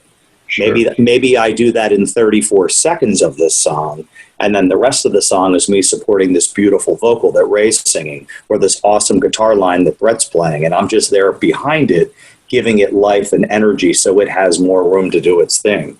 And as soon as you realize that, that's when albums like the last couple we've put out happen. Because then you start to realize, like, yeah, that's why we're a band. We complement each other. Yeah. Well, that brings us to I Heard You Listening. It's been 5 years ago now. Time flies. That's crazy. Yeah, man. Another album, I feel like this album is kind of like As the World meets your post As the World mindset. That's a great way to describe it. I feel the same. Scratches, it kind of gets a little more proggy than some of the previous albums. So it's kind of like a blend of kind of the 90s and beyond. I would agree with that. Yeah. It's fun. I think it has a kind of a more lighthearted kind of tone than the previous one in some ways. It's funny you say that, because I think some of the lyrics are a lot darker than what we've written in a while. Yeah, Brett and I kind of got dark on this one. Any tune in particular come to mind? Different Days from Brett. That's an awesome tune. That's one of my favorites. Sound of Bees for me. What's the other one, Chris? All This Time We're Giving. Crap. Well, that All This Time We're Giving. That's a pretty intense tune. That's the close. Vanishing Sun. What's the? Oh crap! It's in the middle of the album, towards the end. Once I Get Mine. Oh, that was a pretty aggressive. That's a barn burner. That's a pretty aggressive song. Yeah, that's an awesome tune. Yeah. What's that about lyrically? That is about, okay, let me set the picture for you. I used to work security for Villanova during their basketball games, their football games, a lot of the sporting events, and a lot of events that happened in their field house. And early on, they did a lot of high school graduations. And we would always get into arguments with people about saving seats. And one afternoon, it was towards the end of our like week-long stint of high school graduations, and everybody was at their wits' ends. And family comes in and tries to take over a whole row of seats. They only were allowed to have 2 seats. And they tried to reserve the whole section. And we got into an hour-long argument over this piece of plastic that they could not do. It could not reserve. Total mess. But that's kind of what that song is. Your biggest day, it isn't mine. What is the Chris? Because they're like, this is my son, he's graduating, and they're trying to take a picture, and I'm standing in front of the camera. You need to sit in your seat. But you need to sit in your seat. And by then, their son has already walked past what they needed to do, and they're so pissed at me for being in their face. Your biggest day? It isn't mine. It isn't mine. Go sit in your seat. I love that line. Awesome. Yeah. Again, perspective. Yeah. Well, one more tune. How about War Jazz? That's kind of a fun one. That's a fun one. That one, Brett was messing around with whole tone scales. And so he was like, dude, have you ever played a whole tone scale? And I'm like, I've played them, but I've never used them in writing. He's like, yeah, I got this cool da da da da da da da da da da. And as soon as he played it, I'm like, dude, that's a cool riff. And he's like, yeah, it's a whole tone scale. I'm like, we should try to do something with that. So again, it's just a song being born out of a musical idea that's like, we've never done something like this before. That's really cool. And then lyrically, Brett did all those words, right? Did he do all of War Jazz? Yeah, I did the last chorus, but no, I'm sorry, the last verse. The last verse. Brett did all the words for that. Right. Yeah. That whole tone, you guys obviously haven't been in a King Crimson tribute band. Or you No, whole we have tone not. to death. That's right. Big time. That's Well, right. and isn't that funny to hear a band like us? We've been together all these years, and we finally used a whole tone scale once on our album 5 years ago. I'm kind of amazed you hadn't run across it previously. Yeah. Oh, yeah. I don't think it's something we were sort of, I don't know. It's not a sound that we lean into on our own. I do tons of stuff with seconds, major and minor dissonances, stuff like that. But in terms of scales, we've done some things with modes. But I think it was just interesting that he was like, yeah, I'm playing around with this whole tone. And I even remember thinking like, I forgot about the whole tone scale. Yeah, that was something I studied when I did jazz back in college. But it just wasn't something I was applying as a composer with Echolyn. Well, it's just one of those weird symmetrical things where you just chop up that octave. Yeah. No half steps. So it has Right. kind of floaty, like on TV, people fall asleep and they go into a dream and you'll hear this kind of whole tony kind of stuff. Yeah, the kind of wandering. Yeah. Floaty kind of, yeah, cool It's stuff. so cool. Yeah. But see, I love stuff like that because that also speaks volumes to where we are. Like there's Brett sitting at home playing around with it. And then he brings it to the studio And instead of being like, yeah, dude, we don't do whole tone because we're Echolyn, it's like we embrace it. We're like, dude, that's a cool idea. Let's try it. Let's see what would happen. Right, So it's just kind of fun, I think, in many ways for us to still write music together because we're willing to explore and kind of go to places. And we're not afraid. You know, I'm thinking of the song on this album, Empyrean Views. I remember walking around my house vacuuming, and I literally out of the corner of my eye saw my piano sitting in the room. And I had this thing that was like, turn the damn vacuum off and just go play.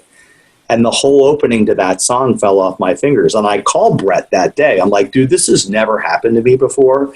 I'm always a songwriter where I like craft a part, live with it, edit it. I said, this song literally fell off my fingers as I was vacuuming. And he's like, shut the hell up.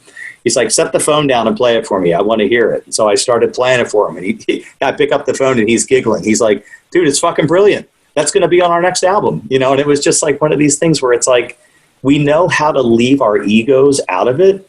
If Brett writes a great song, it's going to be on our next album. If Ray writes a great song, it's going to be on our next album. There's just something so nice where we're willing to reward each other for coming up with cool ideas and cool parts. And there's not like a chit system where we're keeping track or keeping score. It's all about the band. It's like, if this is going to be on our album, I am proud to get behind that and to be a part of it. Absolutely. It's funny you mentioned that song because my friend Russ just said the name of the song in the chat room. Oh, did he? Before you started talking about it. I got to say, your vacuuming is more fruitful than Leonard Skinner's.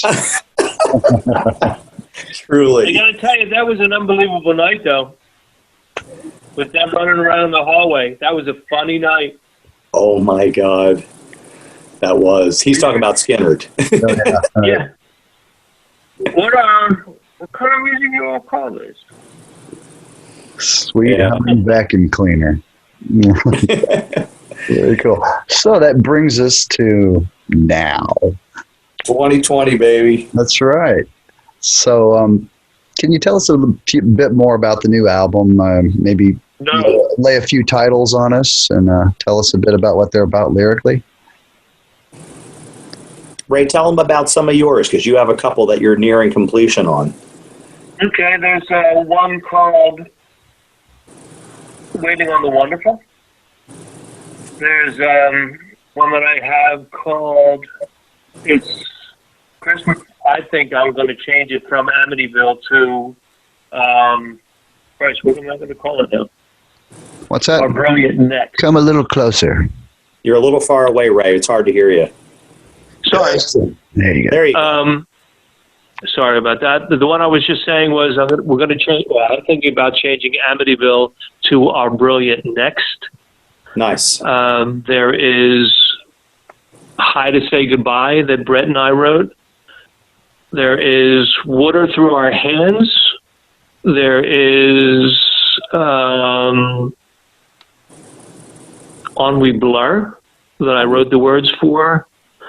We're trying to do a more of a positive outlook on this album, Brett and I, about control and being positive about getting through anything we need to do. I think I mean, that's kind of where we are with the words right now. Well, and I think what's ironic for us is that once I moved to Delaware, I think we all thought, including myself, I wasn't really going to be that far away. But I'm about 3 hours south, and it's crazy how 3 hours is 3 hours. It's pretty far. Yeah. And so you start to realize when it's time to start lining up rehearsals or recording dates, we have to work around work schedules, family schedules, day jobs, and all of a sudden you realize, whoa, we have to be really committed to do this because it's the only way we'll pull it off. And so I love what Ray was just sharing about the titles of the different songs on the new album. I think a lot of it is coming to fruition. It's kind of how we're navigating our new life as a band, knowing that we are only a band those times we're together. And then all the other times, we're all busy leading similar but different lives. Sure. Well, I'm glad you guys are still at it. You've just done a consistently great body of work, and it's nice to see you adding to it. all these Thank you. together. And it's kind of like Thank you, Sean. just check. We're going to be like the Rolling Stones, right, Chris? Yeah, Ray will never let me live that down. keep rolling on. That's right. So, Sean, just so you know the inside joke, a few years ago, I forget, we were having some sort of a band meeting or something, and I said, guys, come on, face it. We're never going to be like the Rolling Stones. We're not going to still be together after 50 years. Ray likes to bring that up. Well, one can wish, so. Hey, I've never not wished it. I just stupidly said it in a band meeting. Very cool. What are we at? We're at 30 now, right? Yeah, Wow. 30 years. 30 years. Spring So- You're an chicken. old fuck, Chris. I just turned 50. I'm officially over the hill now. 50 ain't so bad, man. No, I still feel No, like I'm 12.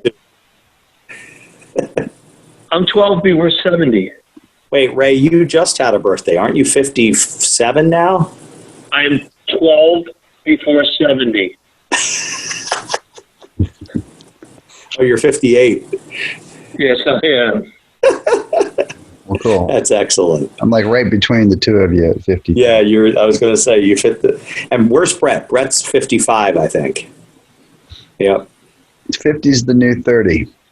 It's only a freaking number, man. You know that. It's only a backache. Yeah, right. Only good Exactly. Why does my shoulder hurt? Oh, right. I mowed the lawn yesterday. I slept on it. Oh, Right. yeah. I feel like a pretzel. Right. Well, is there anything you guys would like to share with our audience before we wrap it up? I just want to thank everyone who's tuned in, and also for you for giving us so much time to just discuss what we love so much, which is the music that we've made over the years. It's meant a lot. Well, absolutely. It was a real I'd just like treat. to say thank you to you as well, Sean. Thank you to everybody that has stuck with us throughout tonight.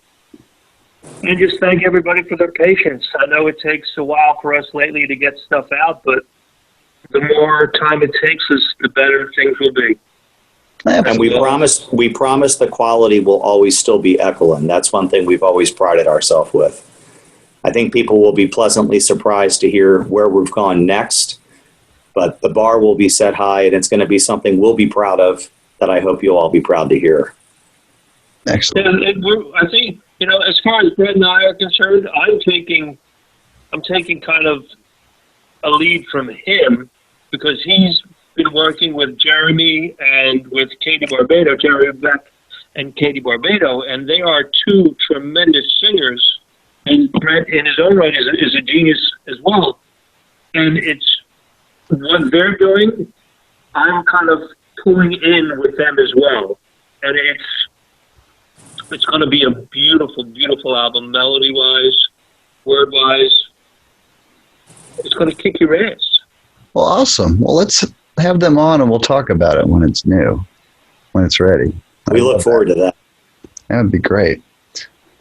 Alrighty, well, I guess I better tell everybody about next week. Next week, we're going to talk about Yes. That's right. The history of Yes with two of the best Yes kind of history buffs on the internet, Henry Potts and Americ Leroy.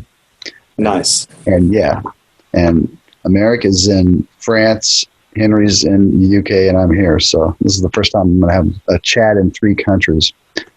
But, Super cool. I bring in the specialists, when it comes to You can do it. Yeah, And next week, I'm chatting with Burley Drummond, who is the drummer from Ambrosia. So, Oh, nice. the biggest Cool. part of me. Yeah, that one. And and then later next month, I'm chatting with Colin Bass, who played bass with Camel for many years. And Oh, Yeah. still does if they ever Tell get them I around. said hi, would you please? I love them. And the drummer from the Spin Doctors is going to drop by. Aaron Oh, Combs. that's cool. That piccolo snare just cut through the murk in early 90s MTV. Nobody sounded like that. It's like that guy's got some jazz chops, Big time. So that'll be a good one. So, yeah, that's it. And then right the last Saturday of the month, I'm chatting with the guys from Nectar.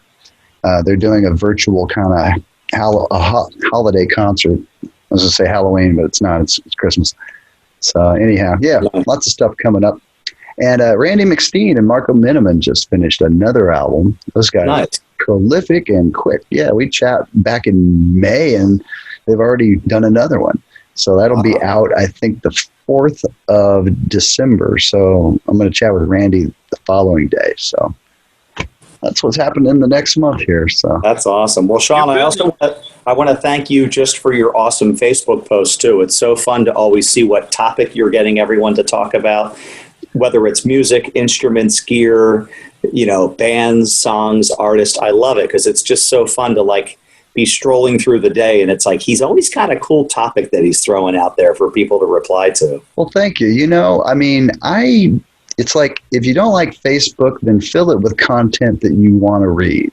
Yeah. It's like, don't be a victim of it. It's like, I don't even read my feed half the time. I just read my page at the end of the day. And so many wonderful folks like y'all drop in and share your thoughts about this music. And it seems like no matter what I talk about, there's people here that know it and love it and are knowledgeable about it. And, like this past month, I'm just trying to do stuff I haven't done because it's like, as much as I love prog rock, I'm really sick of talking about those records.